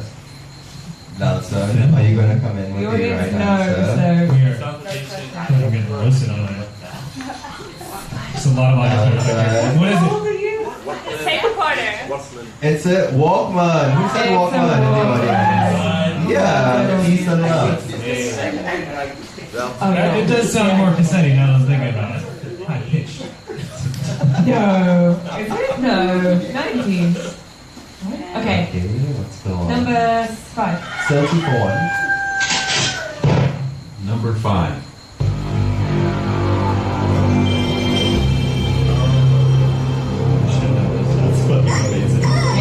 Nelson.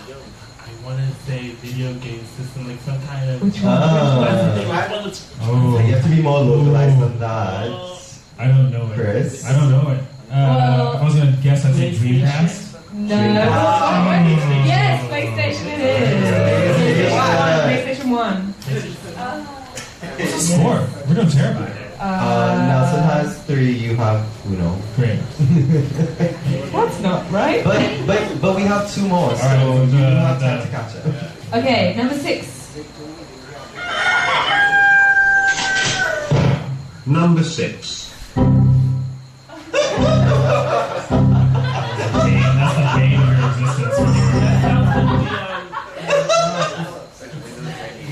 What is it, Nelson? Yeah, what is it? That's the sound of lost homework files. Yeah, the dog ate my homework. Yeah, that's the sound of terror and just complete disappointment. And that's an error symbol. Yeah, Windows error. Okay, this is the last one. Good job. Number 7.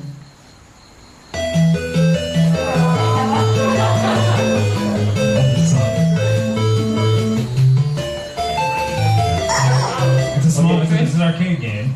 Which Okay. one? There's shapes involved. Yeah. Oh,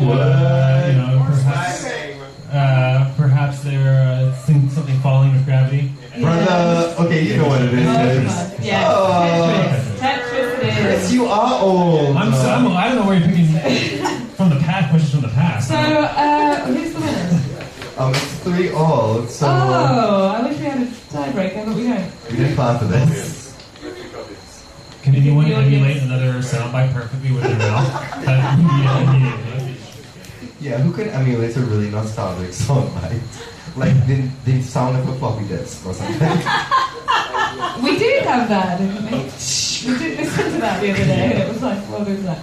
Okay. Okay, you both win. You both win. We're all winners tonight. Congratulations to people who made those soundbites so recognizable. Whoever did that. Yes. Thank you for the sound maker. You can make a lot of money making soundbites, did you guys know? Like it's kind of like a song royalty.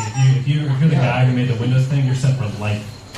It's like Shutterstock for stock. Exactly. So I don't know why we're all just like hammering rocks together and hoping that someone picks it up. Yeah. If they're opening Windows thing, you can make a lot of money. No. Dun, dun. Oh, error.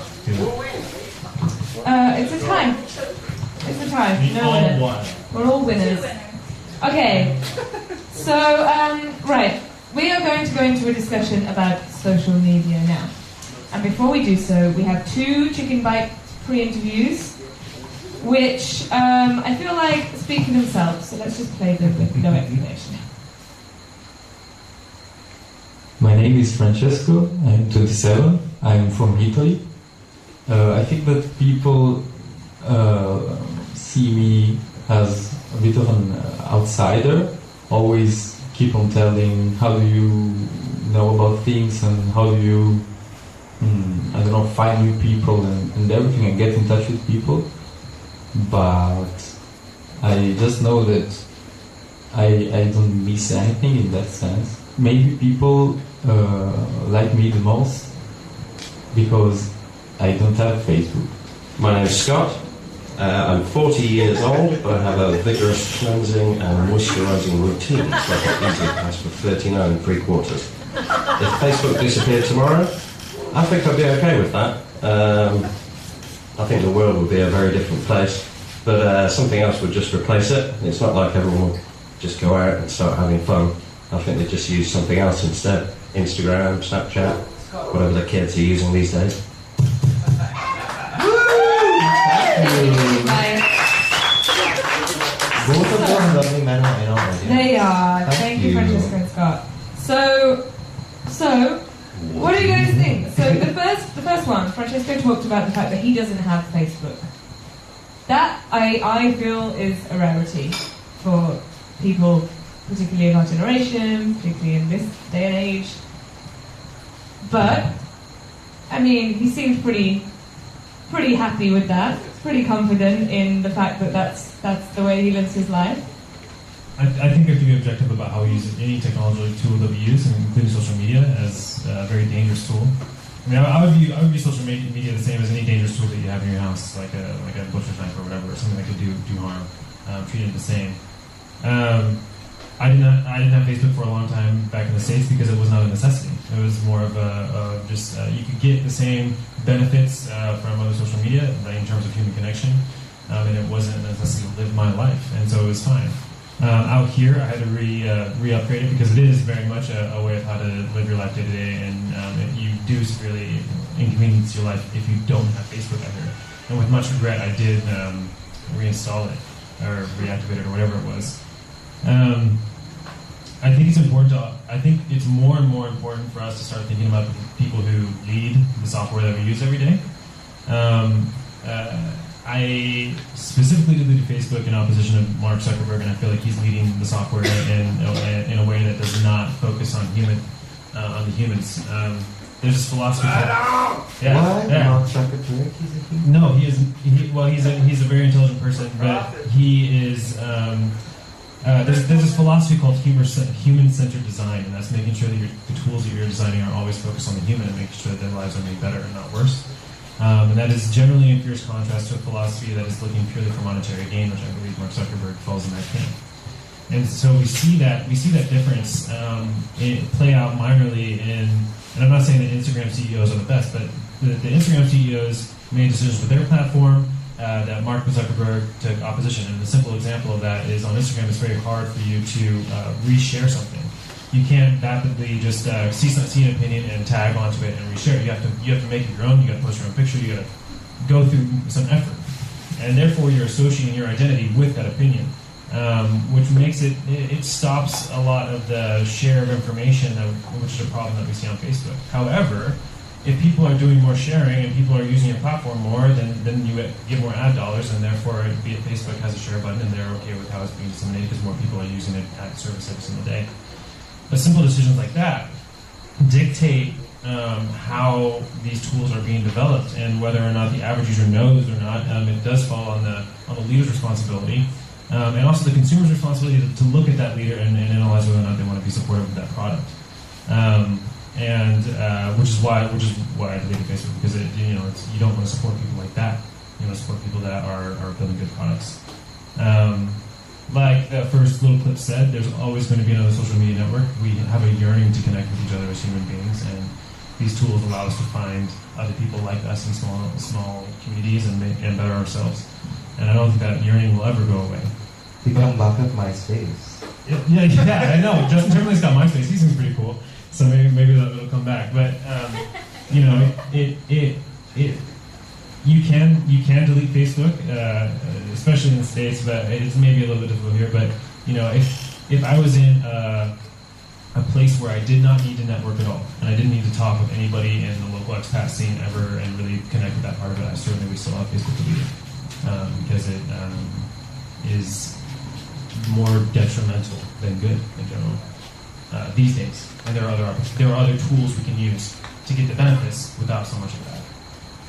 So I feel like this conversation about social media is like, social media platforms and messaging apps or platforms are in some ways synonymous these days.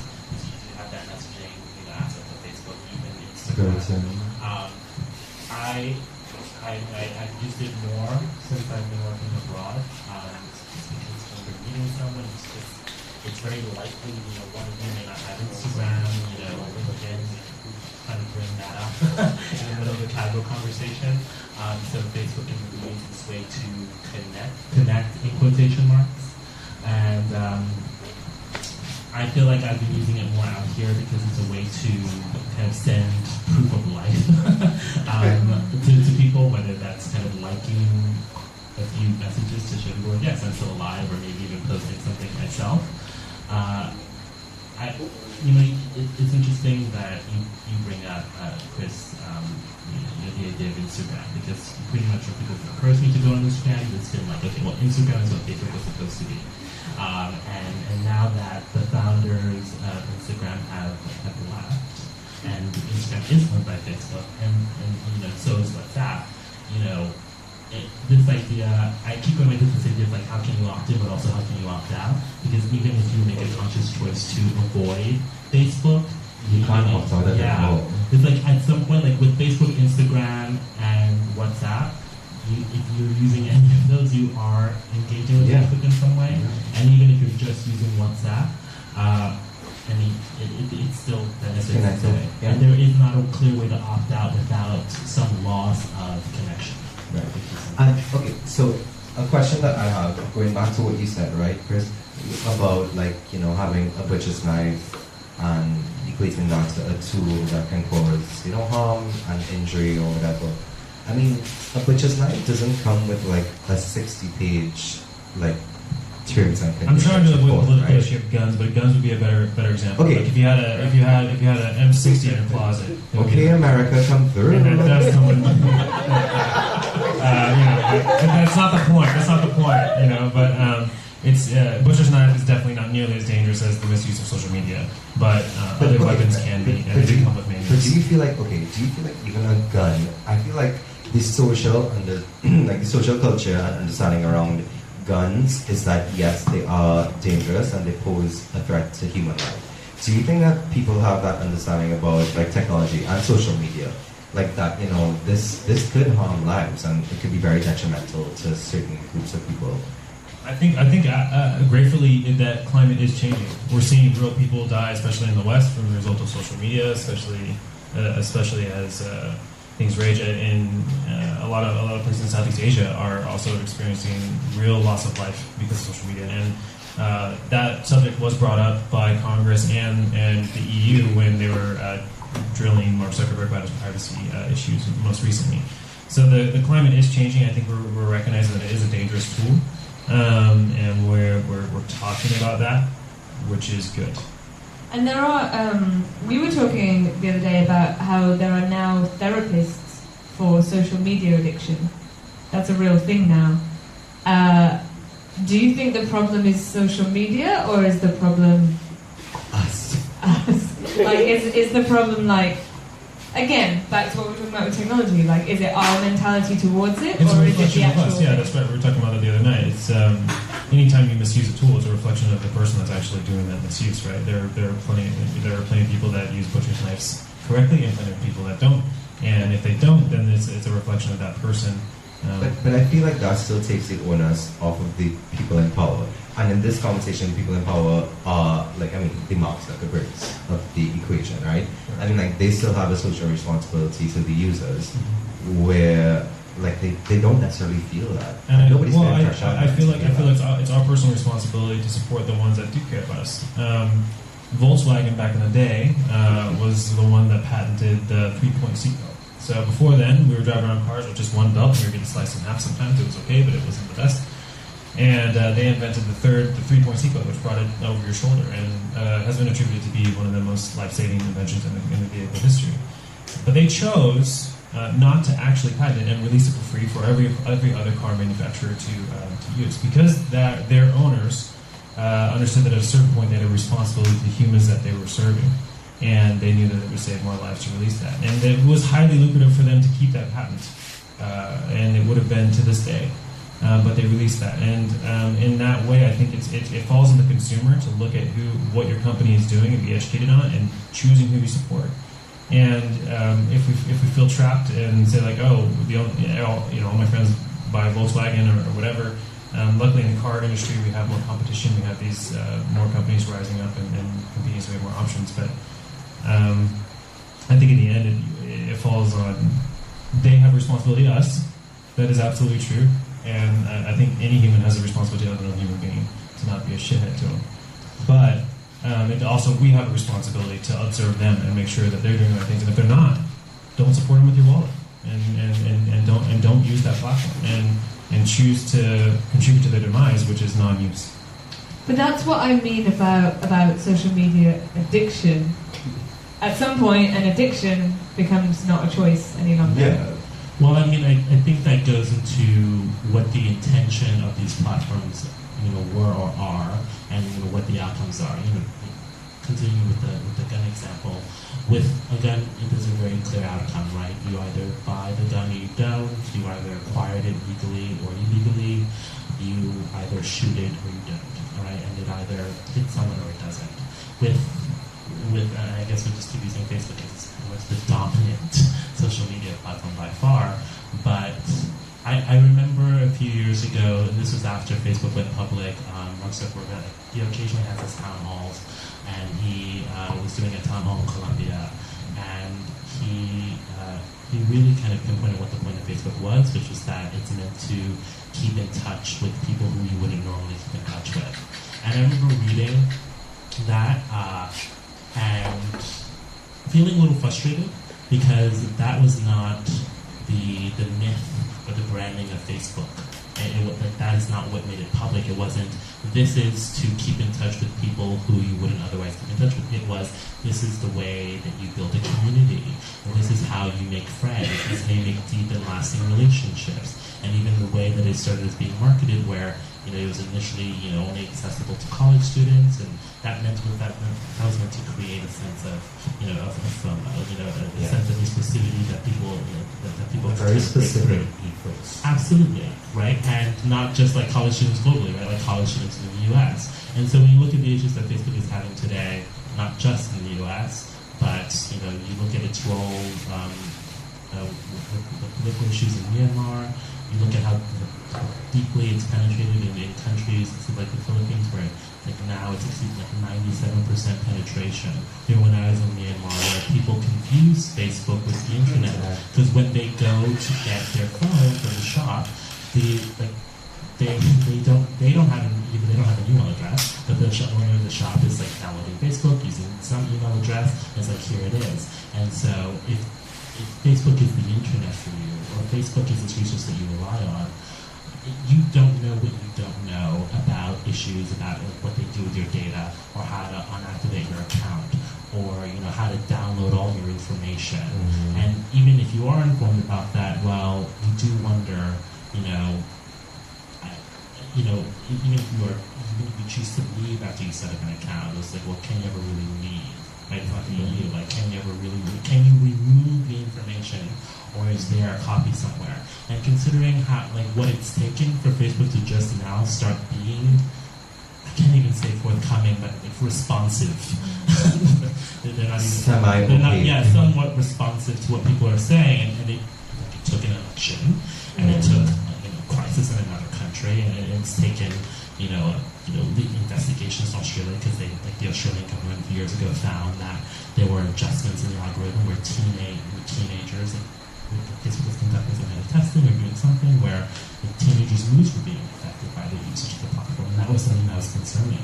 So you have different governments with different political systems and different social norms who are responding in different ways to this platform that we are still not entirely clear what the intentions of the founder are. And going back to Mark Zuckerberg's testimony to Congress earlier this year, I watched some of that testimony, and this goes to the core of digital literacy, where it's you basically have a body whose members are not digitally literate are not literate at all about a sector that they're supposed to regulate. And so the questions that they were asking were how does Facebook make money? And Mark Zuckerberg is there ads. And it's pretty much anyone can answer that. And there'd been a picture taken of the notes that he had, and he had been prepared to talk about other issues, deeper privacy issues and consent issues about diversity that didn't come up during that hearing, because you have this generational gap between people who are building the product and using the product and people who are regulating it, and they don't know what to ask. Even when they have staffs they probably could have pulled them and said, okay, give me a briefing on what Facebook is, how does it make money, what happens, so I can go out there and look informed about the issue. And along that same line, the developments of AI are incredibly scary and are basically completely unregulated right now. Like any person in a garage can be building an AI algorithm right now, and there's no laws regulating how or what, and these things are learning to do things better than humans today. And if some schmuck is really smart and makes the wrong thing, it can have devastating consequences, because it's still the early stages where there are new AIs for each industry and sector popping up right now, and this is just the first one for the race. And we call it racing to the brink because it is racing to the brink. It's this dangerous thing, and so yeah, that it is scary that there is so much lack of education in the top layer of the people that are doing the regulation of these tools that they don't even know what's happening, and they're not going to know, but before.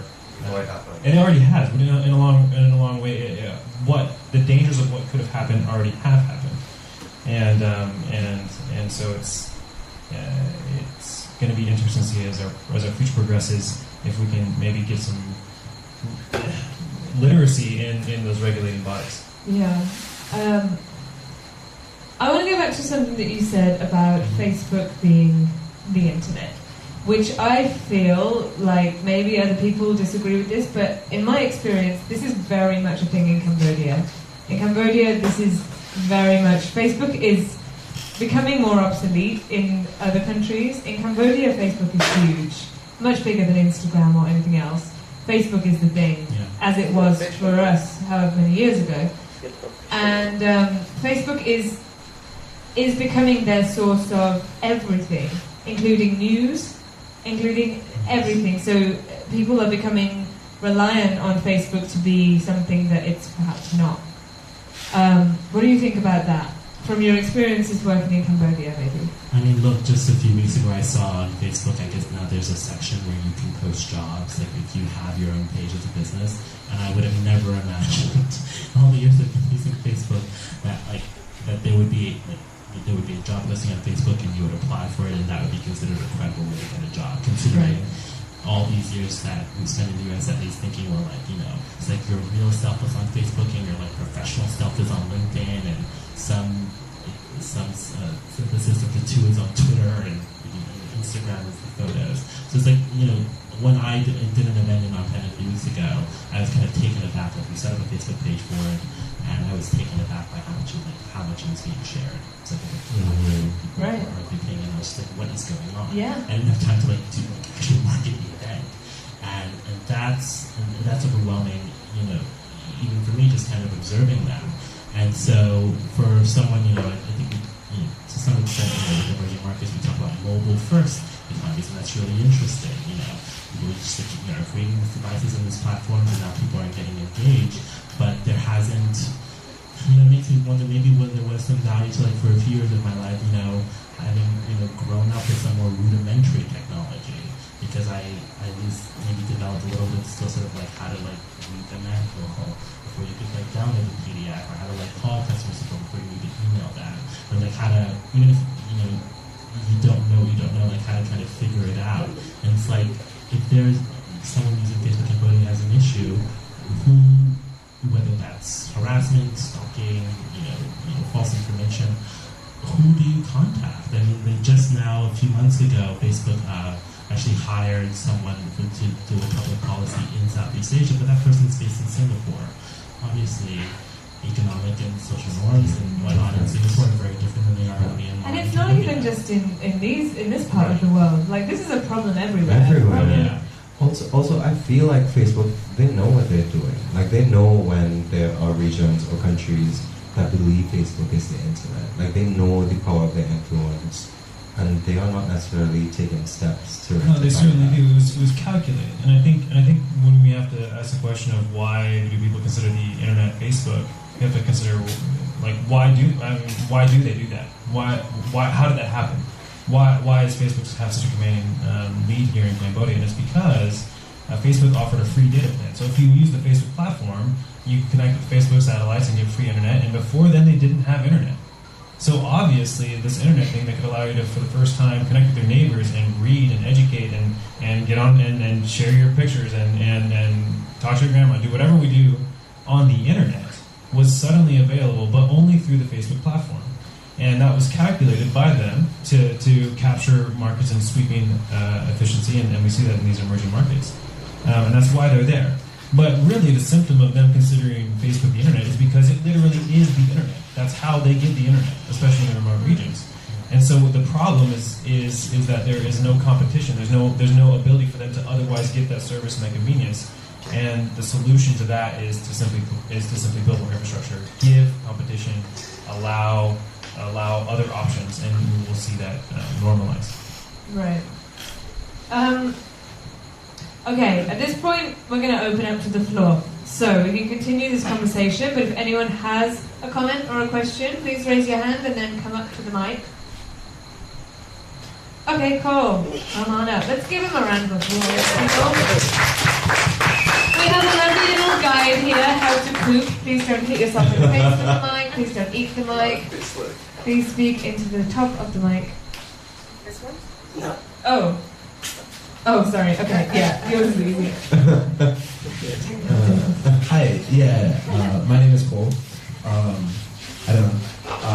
From a handful of other podcasts I like to listen to, there's some talk about whether computer scientists and people going into tech and programming and whatnot should be held as accountable as like a doctor or a lawyer. Should they be taking ethics classes or have a Hippocratic oath that you will not use your powers of technology to control people's time? Because, I mean, Facebook and everybody, all these apps, they have teams of engineers from Ivy League schools and psychologists working on one side of just to get you to have a few more seconds on their app, because that is money.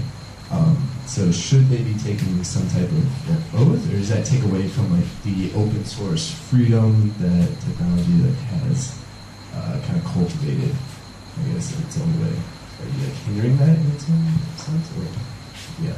Good question. What Thank you. do we think? Yes. Yeah, I don't think a Hippocratic oath would undermine innovation any more than doctors having taking kind of implementing a really It might help. I think that in the early years of tech, I think we all assume the best of intentions of people. There's these are really interesting, smart people who are building cool things, and let's try it out, and get shit done and whatnot, all those slogans. And I think now we're at a point where tech is a mature sector, and it's big tech now in the way that there's big pharma and big oil, and there need to be some frameworks, because not everyone who works at a tech company is the smartest or most emotionally intelligent person. They may just be very well networked, right? And so, regardless of whether you have, and even people with good intentions can do awful things. History has shown that. So I think to a certain extent we're seeing the beginnings of that. I've read news about technical staff of different companies who have tried to voice their concerns about certain projects, whether those are defense-related, intelligence-related projects at Amazon and Google. But there isn't a formal way for them. There's no formal way for them to step out of it, because there aren't unions in tech. So there isn't a union that can say we will not do this and force us to a strike. But also because there isn't that kind of ethical framework that's explicitly stated, where it's if we don't, first of all, even before you negotiate this contract, you should ask us what we think about it. And you should ask us who's willing to work on it. There isn't that framework at all. And now it's just everyone kind of hearing about the news in the company email and wondering what on earth is going on. This is not what I signed up for. And some people being like, this is great. And then they debate it, and it's reported to the New York Times. And now the public is debating it. And it's like, what is going on? Why is Amazon, let's Amazon have a CIA contract? What does that mean? And then there'll be some other questions. But I do think there's that basic, I don't know whether it's someone putting their hand on their heart or something, but I think there should be, we need to work toward an expectation that if you are going to build a product for companies or for people to use, that your mindset from the beginning is that you're using this that you care about informing people and empowering people in some way, even if that's not the explicit goal of the product. Yeah. You don't want to take a competition back. Right. And sorry. No. I think it's a great idea. Honestly, it'd be very hard to accomplish realistically. I would love to demand every CS student to promise that they will not create anything bad for humanity, but it'd be hard to prove that. And honestly, it's difficult to do. even someone with the most noble intentions. So like one of the things that I worked on was relevancy algorithms. It's what you see based on who you are. And at first, when I was younger in my career, I was convinced that I was really just helping people. I was doing my human-centered design, right? Because a good website is something that gets you exactly what you wanted as quickly as possible and back into the real world, right?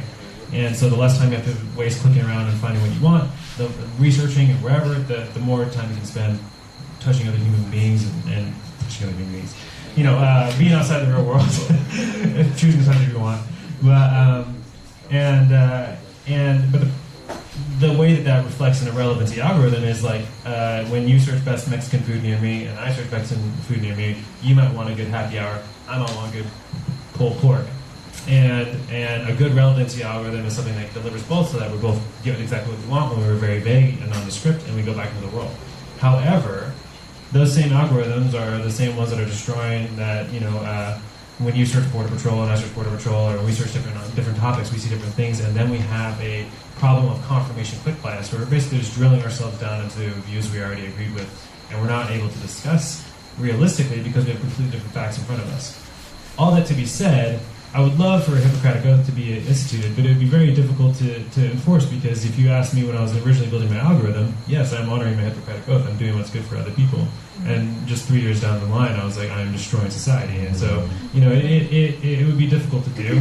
But I do agree that, perhaps morals and ethics need to be taught at greater lengths, maybe as a required class, as a foundational class, but I hate college altogether, so I would kill it. Yeah, because I feel like it's not as clear cut as when doctors have to take the Hippocratic Oath. Yeah, someone dies, right? And even doctors, and also fuck doctors, up their it's more Hippocratic just Oath. right. They do, but it's more. Well, I think it's more about confidentiality, isn't it? It's more about it being confidential and doing the right thing for that person, which is basically like helping them survive or be treated in the best way they know how. Which is harder to track within social media or technology. Exactly. There's something to be said about some kind of framework, so making sure that everyone, whether it's a CS degree or they're graduating from a boot camp or just applying for jobs, that they understand better, like the companies that they're looking to work for, right? And which means the companies being more proactive about sharing information about what they're doing and how they're doing it.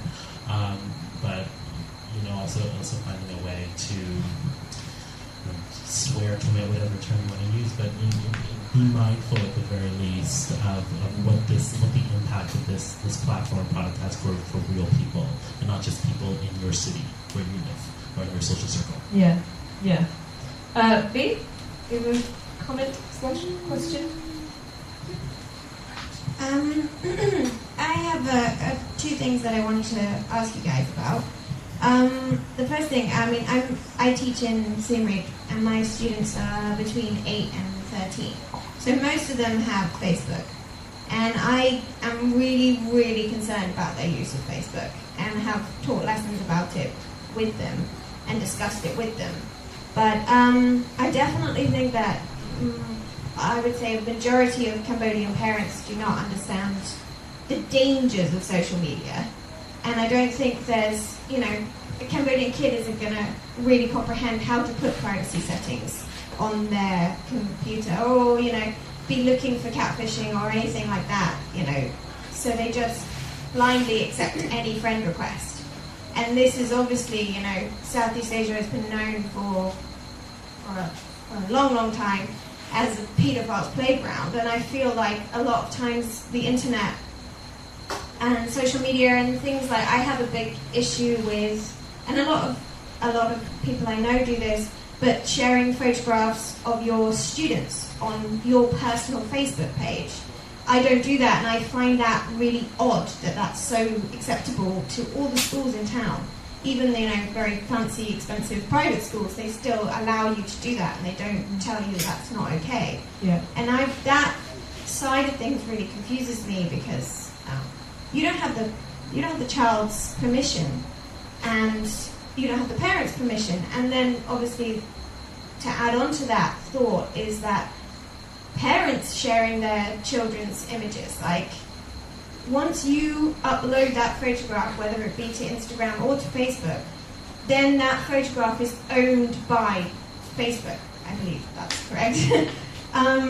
and they can then use that to promote their web, to say, oh look, we're such a global company, we're so inclusive, look at adorable Cambodian children using this, we have people here, we have people there, and that side of things is what really scares me about social media. And I'm just turned 29, so I just missed the window of my entire teens. I got Facebook when I moved here at 18, so I missed the window of like your entire life being documented online. And I was watching a thing recently about Snapchat and how, you guys were saying how Facebook can track where you are, whether you're walking, whether you're, or Google Maps tracking where you are, and Snapchat can now do that too. And they updated that. It's an automatic update. There was no notification about that. So suddenly, it just seems like such a paradise for predators and for stalkers and pedophiles because it's also openly available. And I don't really know how to tackle that problem within this country or what you guys, what your take on that is. Sorry, I'm going to let you guys answer this, but my take from what B is saying is, the question for you guys is, whose responsibility is that? Is it Facebook or the social media site? Is it parents? Is it the individual? It cannot, in my opinion, be the individual, because some of these kids are young, they don't understand. Or is it, what is it? Yeah, the children have a right to not have their picture be posted online. But whose responsibility is that? Should we be reporting that on Facebook, Instagram? Well, to be fair, a lot of NGOs stop that from happening, but schools don't. Because schools don't always have child protection policies. Yes, and some NGOs don't as well. So whose responsibility is that? And is it about social media, or is it about the parents or the teachers? So I guess with the issue of children's photos in particular, as you were talking, I couldn't help but think there's this concept of informed consent, and not to go back to like the Hippocratic Oath idea, but it's like part of the doctrine that they make is that they're not just going to, put you into surgery, do an operation just because they think it's what's best for you. They have to lay out options. They have to let you know, if we do the surgery, these are the risks. If we don't do the surgery, these are also the risks. In the school context, I feel like the burden is ultimately with the educator to be able, to have to not just ask the children, but actually ask their parents, like, yeah, you're signing consent forms. And, and if the parents are just like, what is this about? Which they might if they don't use Facebook or are not really familiar with it. Like, what is this about? Then it's for the educator to say, like, we are, and to take the responsibility to say, like, we are asking your consent to use your child's photo or not. Because, and to really kind of break down, like, these are what the risks are.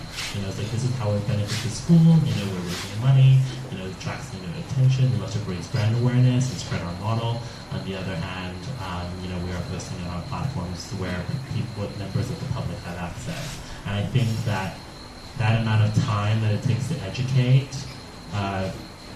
people who are using a platform or people who are contributing to a platform in some way, and in this case the students and their parents are kind of contributors indirectly. I think for an educator hearing that, they feel like we have more work to do, right? Like writing up these consent forms, getting them out, do you sit down with each parent, do you do a workshop? I think it's worth that effort.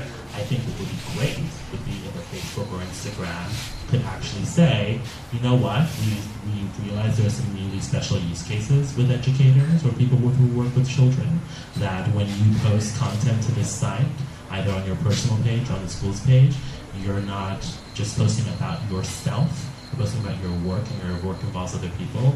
Here, not to go back to the PDF thing, but at least here is some research so you can look at the kind of what that means, right? These are what the risks are. This is how you can explain this to other people who may not be as digitally literate as you are. That would be great, but that would require Facebook hiring more people. And part of why Facebook is so wildly successful is because they're able to have this global presence with a relatively small workforce. Yeah. Mark Zuckerberg is going to come for you. Aside from Facebook and from what B was saying, aside from like the legalities and what Facebook should do, What do you guys think, just on a personal level, about people posting pictures of children on their Facebook? Whether it's their own children, or whether it's... Because I know people that will not post any pictures of their own children on social media because they are so worried about what might happen to those pictures. I also know people that post pictures of children they don't know on their social media. What do you think about that? Well, definitely it's so weird that it's so weird for me to think that we even have to have this debate, but it's like, even taking the photo, it's not your kid, Right. ask permission, ask the parent if they're there, wait to ask the kid, and also be mindful of what situation would you be in where you would feel you need to take a picture of a child. Which, outside of school. sorry to interject, but just for people who are listening to this who aren't in Cambodia, that might seem like a very strange concept. Yeah. Or who are in, Western countries where, like here, tourists come and take pictures of the children in the streets. I'm going to be honest, I I feel like a lot of tourists, we can discuss like maybe how people behave, and speaking of Western tourists, how people behave outside of their countries as opposed to inside. I feel like a lot of people who might do that, Western tourists who might do that in so-called developing countries, they wouldn't do that. No, of course not. No. And it's like, yeah, so that's an emotional intelligence issue, and I feel like maybe the parents should be informed. Like, no, this is like the laws of the countries where it's like the 10 countries that send the most tourists to Cambodia. Yeah. Like, even if it's something as simple as like this is what governs, how they interact with children, the content they can share about children, even something like that would be so impactful, just so that they know, like, don't try to fool them. And I think you said it right. You said it's a cultural thing, and what we're talking about right now is truly a societal, cultural problem of a misuse of a tool. And leaders are the changers of culture, and are the ones that are responsible for culture. However, in this case, there are many leaders. There's leaders of the family. There are leaders and teachers. There are leaders of the platform, Mark Zuckerberg, and there's leaders and developers. There's leaders all over the place. But what we're talking about is a cultural problem. And culture is only changed by those leaders in those communities.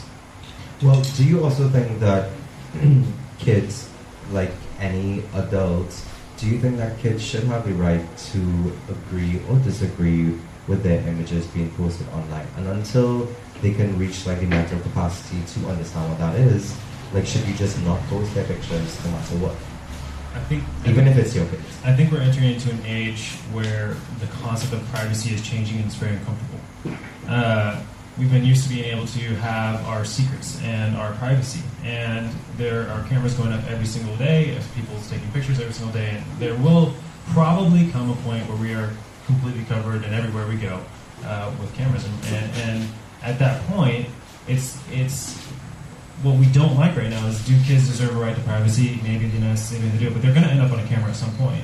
And so we have to change our culture and our society and how we teach them and how we use these technological tools, because I don't think that we're ever going to go backwards and have less cameras and less analysis and less recording of everything we do. It will only go up.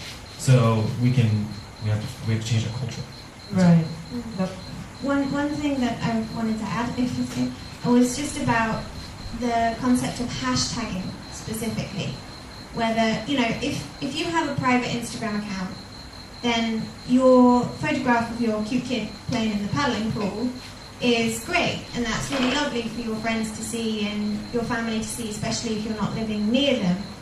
But once you hashtag that photograph, that isn't, you could hashtag it like hashtag cute 2-year-old or something, then that photograph is that's all somebody needs to type in to be able to get that image up, and that is what really, really makes me uncomfortable.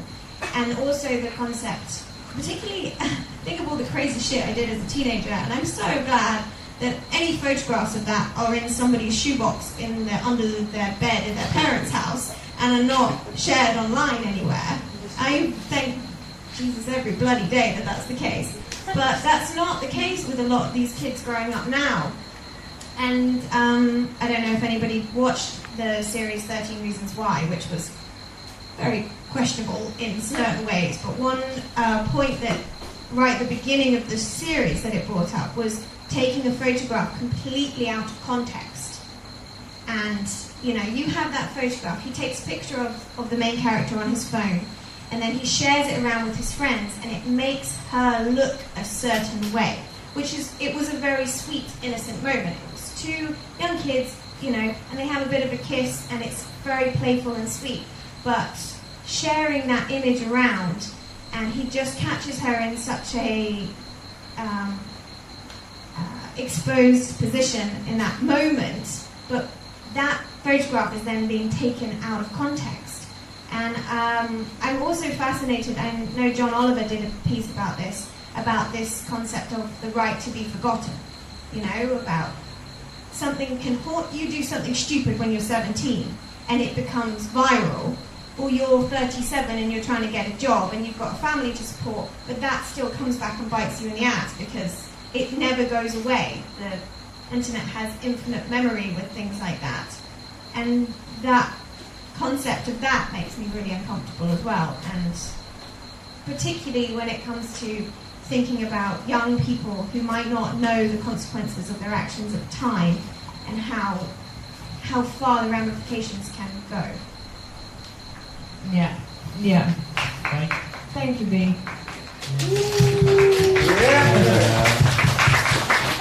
I guess a basic principle for anyone, whether it's a friend sharing photos of friends, or a parent sharing photos of their child, or an educator, you know, sharing photos of their students, it's just kind of, if you know, I guess you have full autonomy over your own social media presence, and if you want to jeopardize it, you know, opinions up against your online, fine, but don't jeopardize the online presence of other people.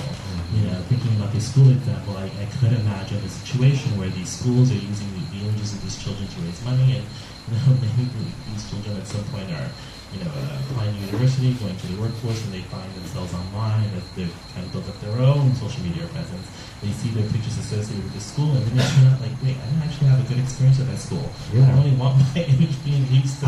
I didn't give permission for my image to be right. used, because even at some schools here, like there are, like, you know, contracts that need to be verbally agreed to, as to when your kids' pictures can be used on social media or on the internet.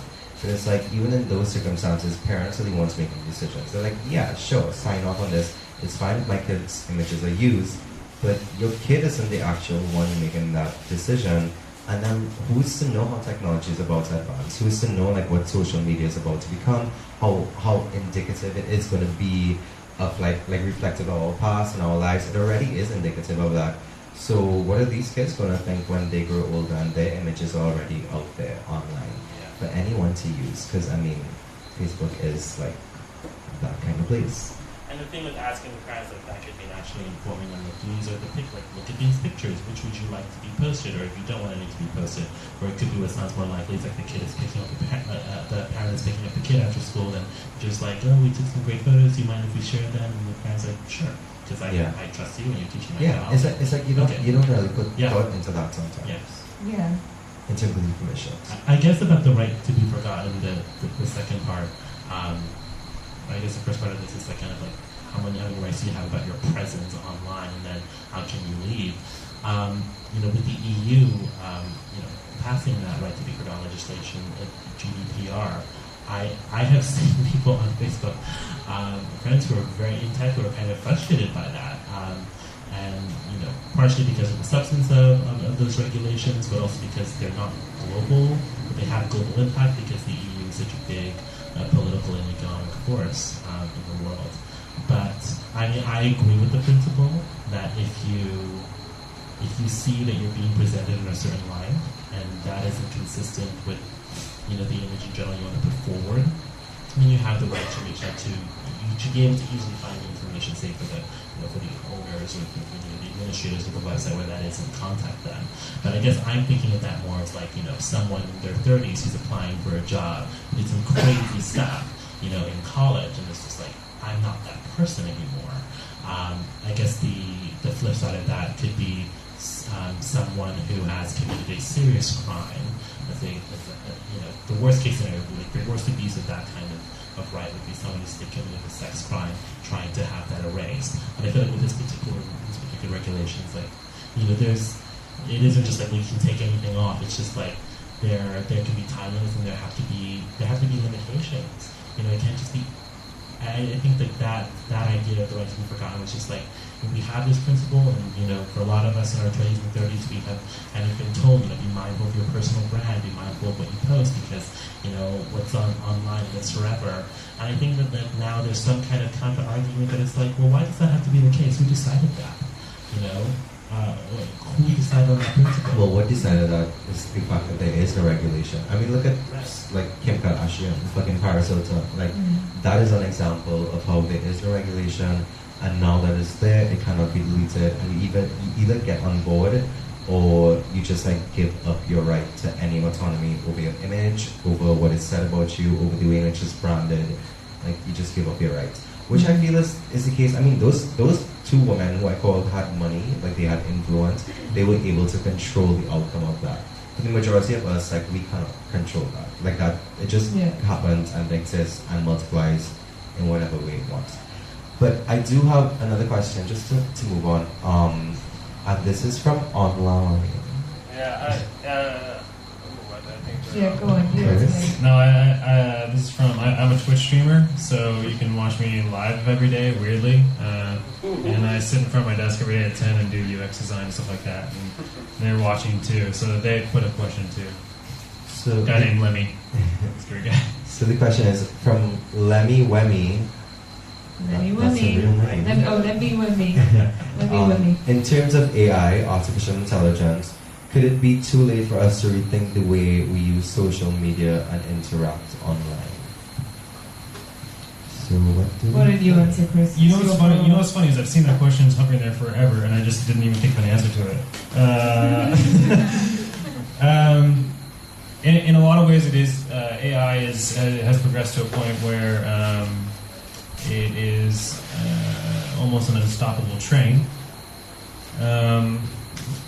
I feel AI is interesting. AI can do things much better than certain things much better than humans, and its ability to outdo humans in a lot of things are only growing. So AI is really cool in the fact that it would be really good at identifying children and wiping out all images of children from being uploaded to Facebook. It could be cool. And that's entirely possible. It just takes an incredible amount of expensive computing power to do. That algorithm exists today. You use it every single time that you log in with your Facebook or whatever is collecting data on your face, so it recognizes you throughout the world.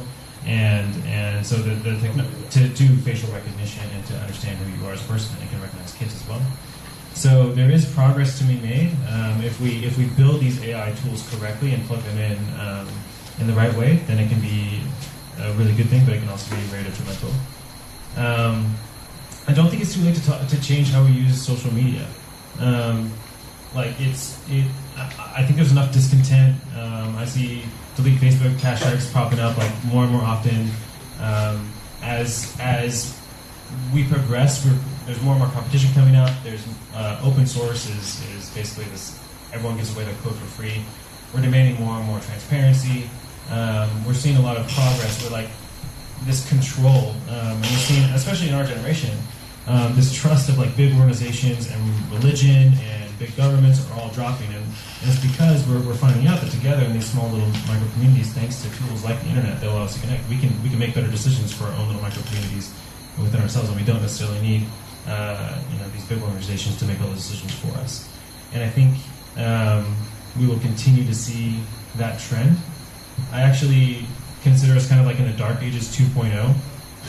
So like the Dark Ages 1.0 was marred by a lack of education. And the upper class ruled pretty much everything, and they kept everyone entertained with American jousting and things like American Idol, and giving grand rewards for the things, and maybe you can touch this upper echelon of society.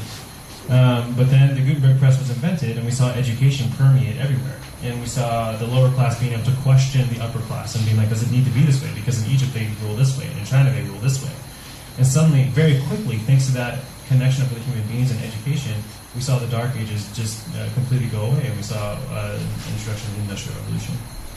I think that in a lot of ways we are in that today, where we're still, we're again found ourselves ruled by the upper class. It's marred by a lack of education, the culture and everything in society.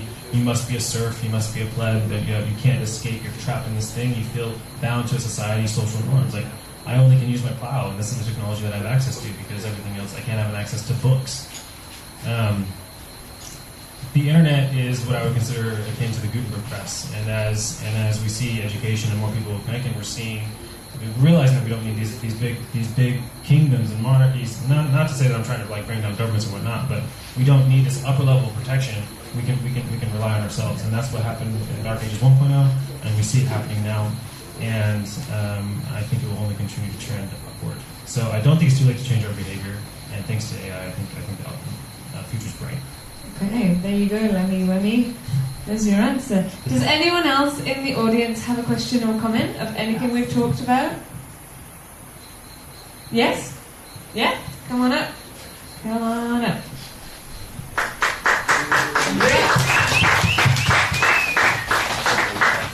Thank you, Mr. Chris. We've talked a lot about the negative impact of Facebook. And early on, the question was raised, well, what is Facebook actually, what is it for? And I think there was a strength also in Facebook when I see it worldwide being used, for example, in the Arab Spring.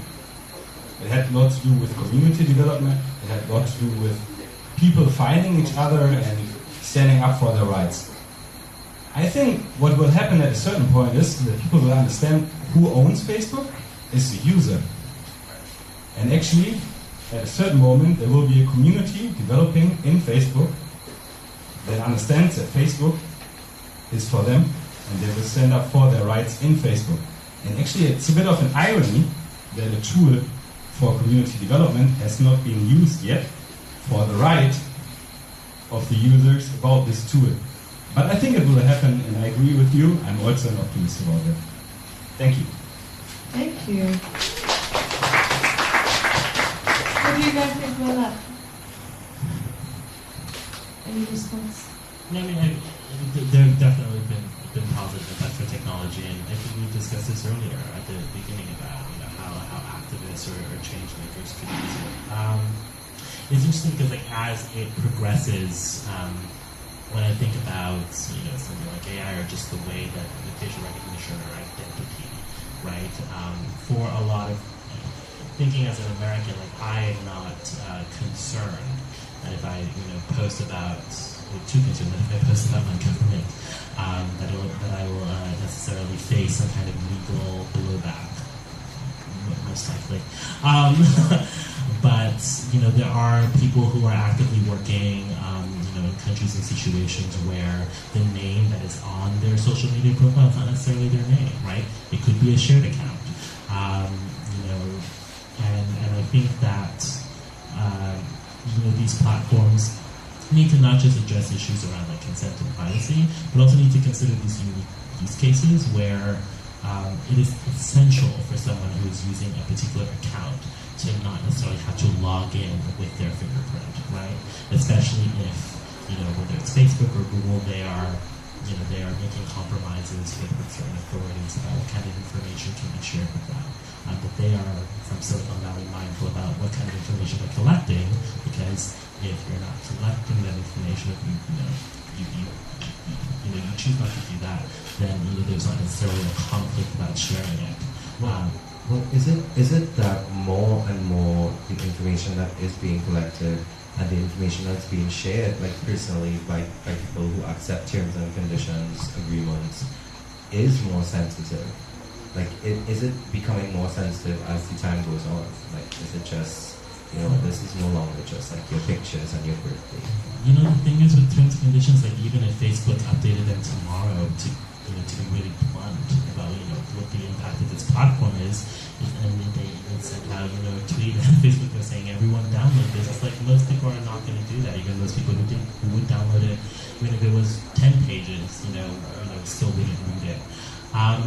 I think that we can talk a lot about education and hopefully get into that ideal state where anyone who logs into an account is very well informed about what the platform is and has thought about how they want to present themselves and how they represent others.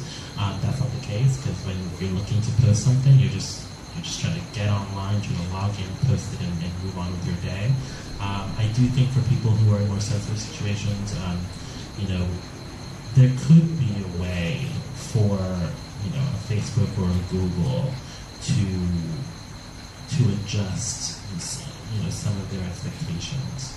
I don't know, they haven't done that, so they don't want to do it. They haven't found a profit motive for it.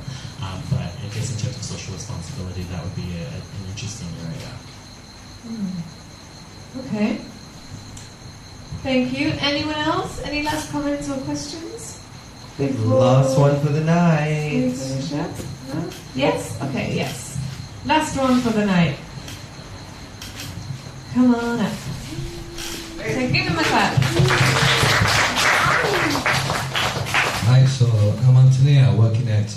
Now, I don't think that changing things is making a difference. I have clients in the EU, we've had to do the GDPR consent forms, and people are still stupid. Okay, and you'll not change it.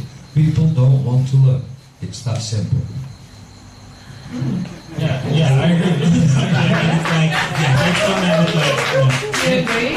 Well, no, it's just in the end, the reason these products are winning is because it gives people convenience, and that's ultimately what a lot of people really like is immediate gratification and convenience. That's a societal problem that technology is meeting the best. But that's something that is cured through culture change and society change. And if we're not educating ourselves and we're not making conscious decisions, then leaders take control of that culture. But you're right. Like most of the time, consumers want to consume and producers want to produce, and there is a balance there. And at a certain point, you have to put a lot of faith in the producers and consume correctly. Well, if each side is being satisfied, then there really is no conflict, right? Right. So Yeah. the producers are producing, the consumers are consuming, and we're good. It's kind of like I talk about like a nation, right? Like the internet is a nation, and there's different states. There's Facebook's state, and there's Google's state, and there's Amazon's state. And I find myself much happier in California than I do in the Deep South. And so if I was displeased with where I was in the Deep South, then I would stop being there. If I felt my rights weren't properly heard there, if I felt my privacy was being invaded there, I would leave. Sure. And we can do that today. And we can do that with these states. We can move states. It maybe it's going to be uncomfortable, just the same as picking up and moving everything from California to New York is going to be uncomfortable. But you can do it, and you can make a new life. It's not necessary. It just takes a little bit of bravery, just like moving across states and starting a whole new unknown. However, like you said, if it's mutually beneficial and it's not bothering you and it's not bothering them, then there is a symbiotic relationship there. And if someone is happily ignorant, then that is on them, and we should probably educate them better. But it's their choice in the end. Yeah. And it's also on the corporations. Right. Yeah. To build the right thing. I don't think we're going to find a perfect model, for regulation and education, because there are always going to be language barriers, cultural barriers that we need to address. But let's say using the rest of the example is just EU regulations in general, considering how progressive they've been. I think that the idea, what we should be working to right now is, at least offering people more information, whether they use it or not is one thing, but at least then if it comes to an issue about usage and consent, at least let's get to a point where people have kind of less excuses to be ignorant, right? It's like, just because people don't read every article on, say, Wikipedia doesn't mean it should exist. Doesn't mean encyclopedias shouldn't exist. But the information is there, even if you're not going to read everything. And at least then, it comes to a situation where you are expressing an opinion that's not informed, or you're doing something that's not appropriate, they can always be able to go back and say, well, we tried to help them weigh the ramifications of this. So would you like to go back and consider that, or do you want to keep going forward knowing where this could go, what the consequences could be? Yeah. And some people are just going to kind of choose to keep going forward. Yeah. Did we have another comment? Yeah. Do you want to pass him the mic? Guys, I've learned something today. Just to address the last question from the last guest. Don't you feel like you learned something today? A big round of applause. Totally. I'm definitely there. That was amazing.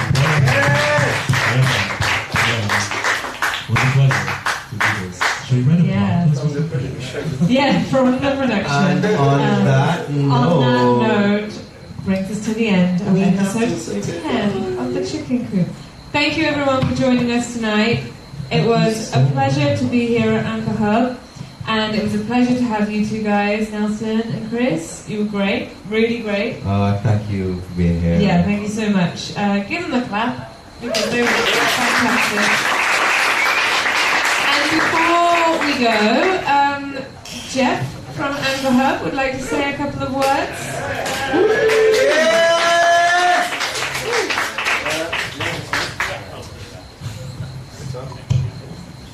Alright. I'm not really good like this.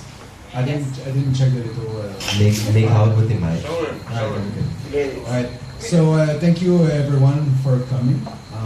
I just wanted to say like a short word about Anchor Hub. So Anchor Hub is a co-working and co-living space in Siem Reap for like 4 years and a half.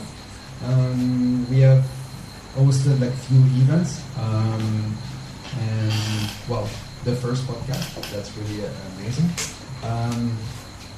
And it's really a good experience for us to host a community and a crowd that is really aligned with what we're doing every day. It's serving the need of people who need their dose of the social media. About all what we have been talking about in the last few hours. Basically, it's really resonating between what we're talking about, because every day I'm listening to people that they're making a living from from exploiting this. Almost. Sorry, it sounds really hard to say that, but personally, I'm making Facebook bots, chat bots, Facebook apps. In parallel of running Anchor Hub. So it's really reasoning with me to listen to all that, because of course there's good things about all these technologies and how we can use them, and also really bad things is what we can do with those technologies. It's really up to us. I really like what Chris was saying about it should be taught at school, what's the morality of things. And yes, we can use AI to undo all the bad things that we have done, like putting all the pictures of the kids and things like that. So things can be used as well to undo all those bad things. Anyways, that's just a personal note on this. But anyway, I wanted to say thank you to everyone for coming here and to discover our co-working space in Siem Reap for the new faces here. And I hope you had a good evening, and maybe a small round of applause for our host. And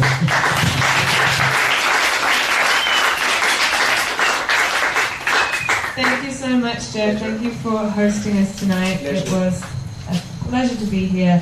And just so everyone knows, next week we will not have an episode on Wednesday, but the following Sunday, October 14th, we will have an extra special episode, an extra long, extra special episode, which will be at the Hangout, and it will be about LGBT culture and community. And we will have even more guests, even more chat, and lots more going on. So look out for that on Facebook. Please follow us on Facebook and Instagram, the Shrinking Coop SR, and stay up to date with everything that we're doing. Thank you so much. Thank you to our producers. Thank you, Pablo. We love you. We love you guys. And thank you so audience. We love you. Thank you so much for coming, guys. Thank you, everyone. Good night. Good night.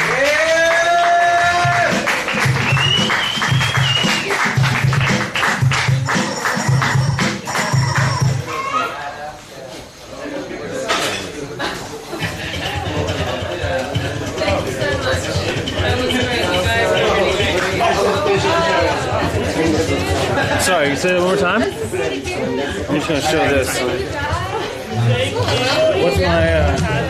What's my what? Thank you, guys.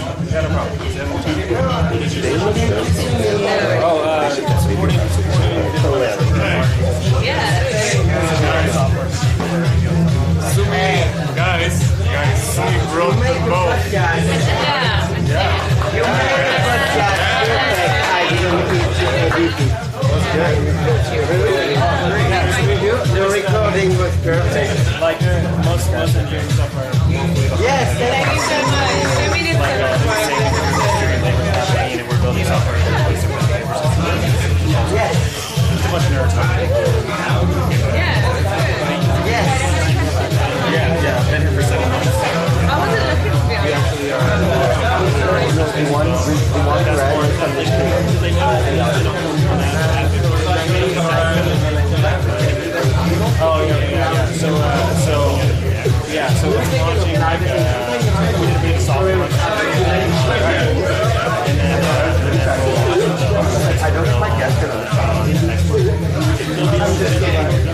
joke with my It's kind of like a twist on it. So I have a social media following, right?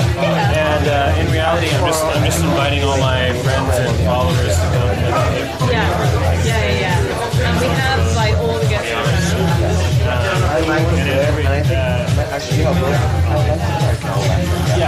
So my project is open source, so it's and especially on a topic like me that has these skills, very so like you know, whatever. It's more of a hip-hop together.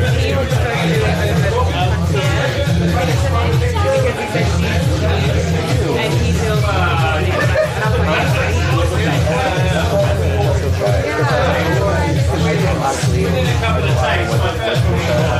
I'm like not plugged in at all.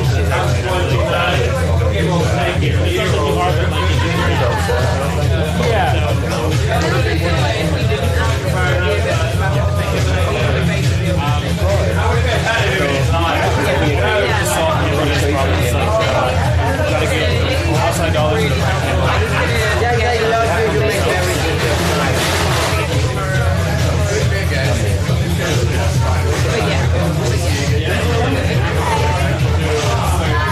I love you guys. You make very. Oh, come on. My job about post-production will be easy tonight. You make it very nice. Hi guys. Great episode. Yeah? Thank you. The next one, I think that will be very. Right now we are going to disappear for a while. We have the LGBT special. And after we have a big party for the Mind if I put this here just for now? And we come back to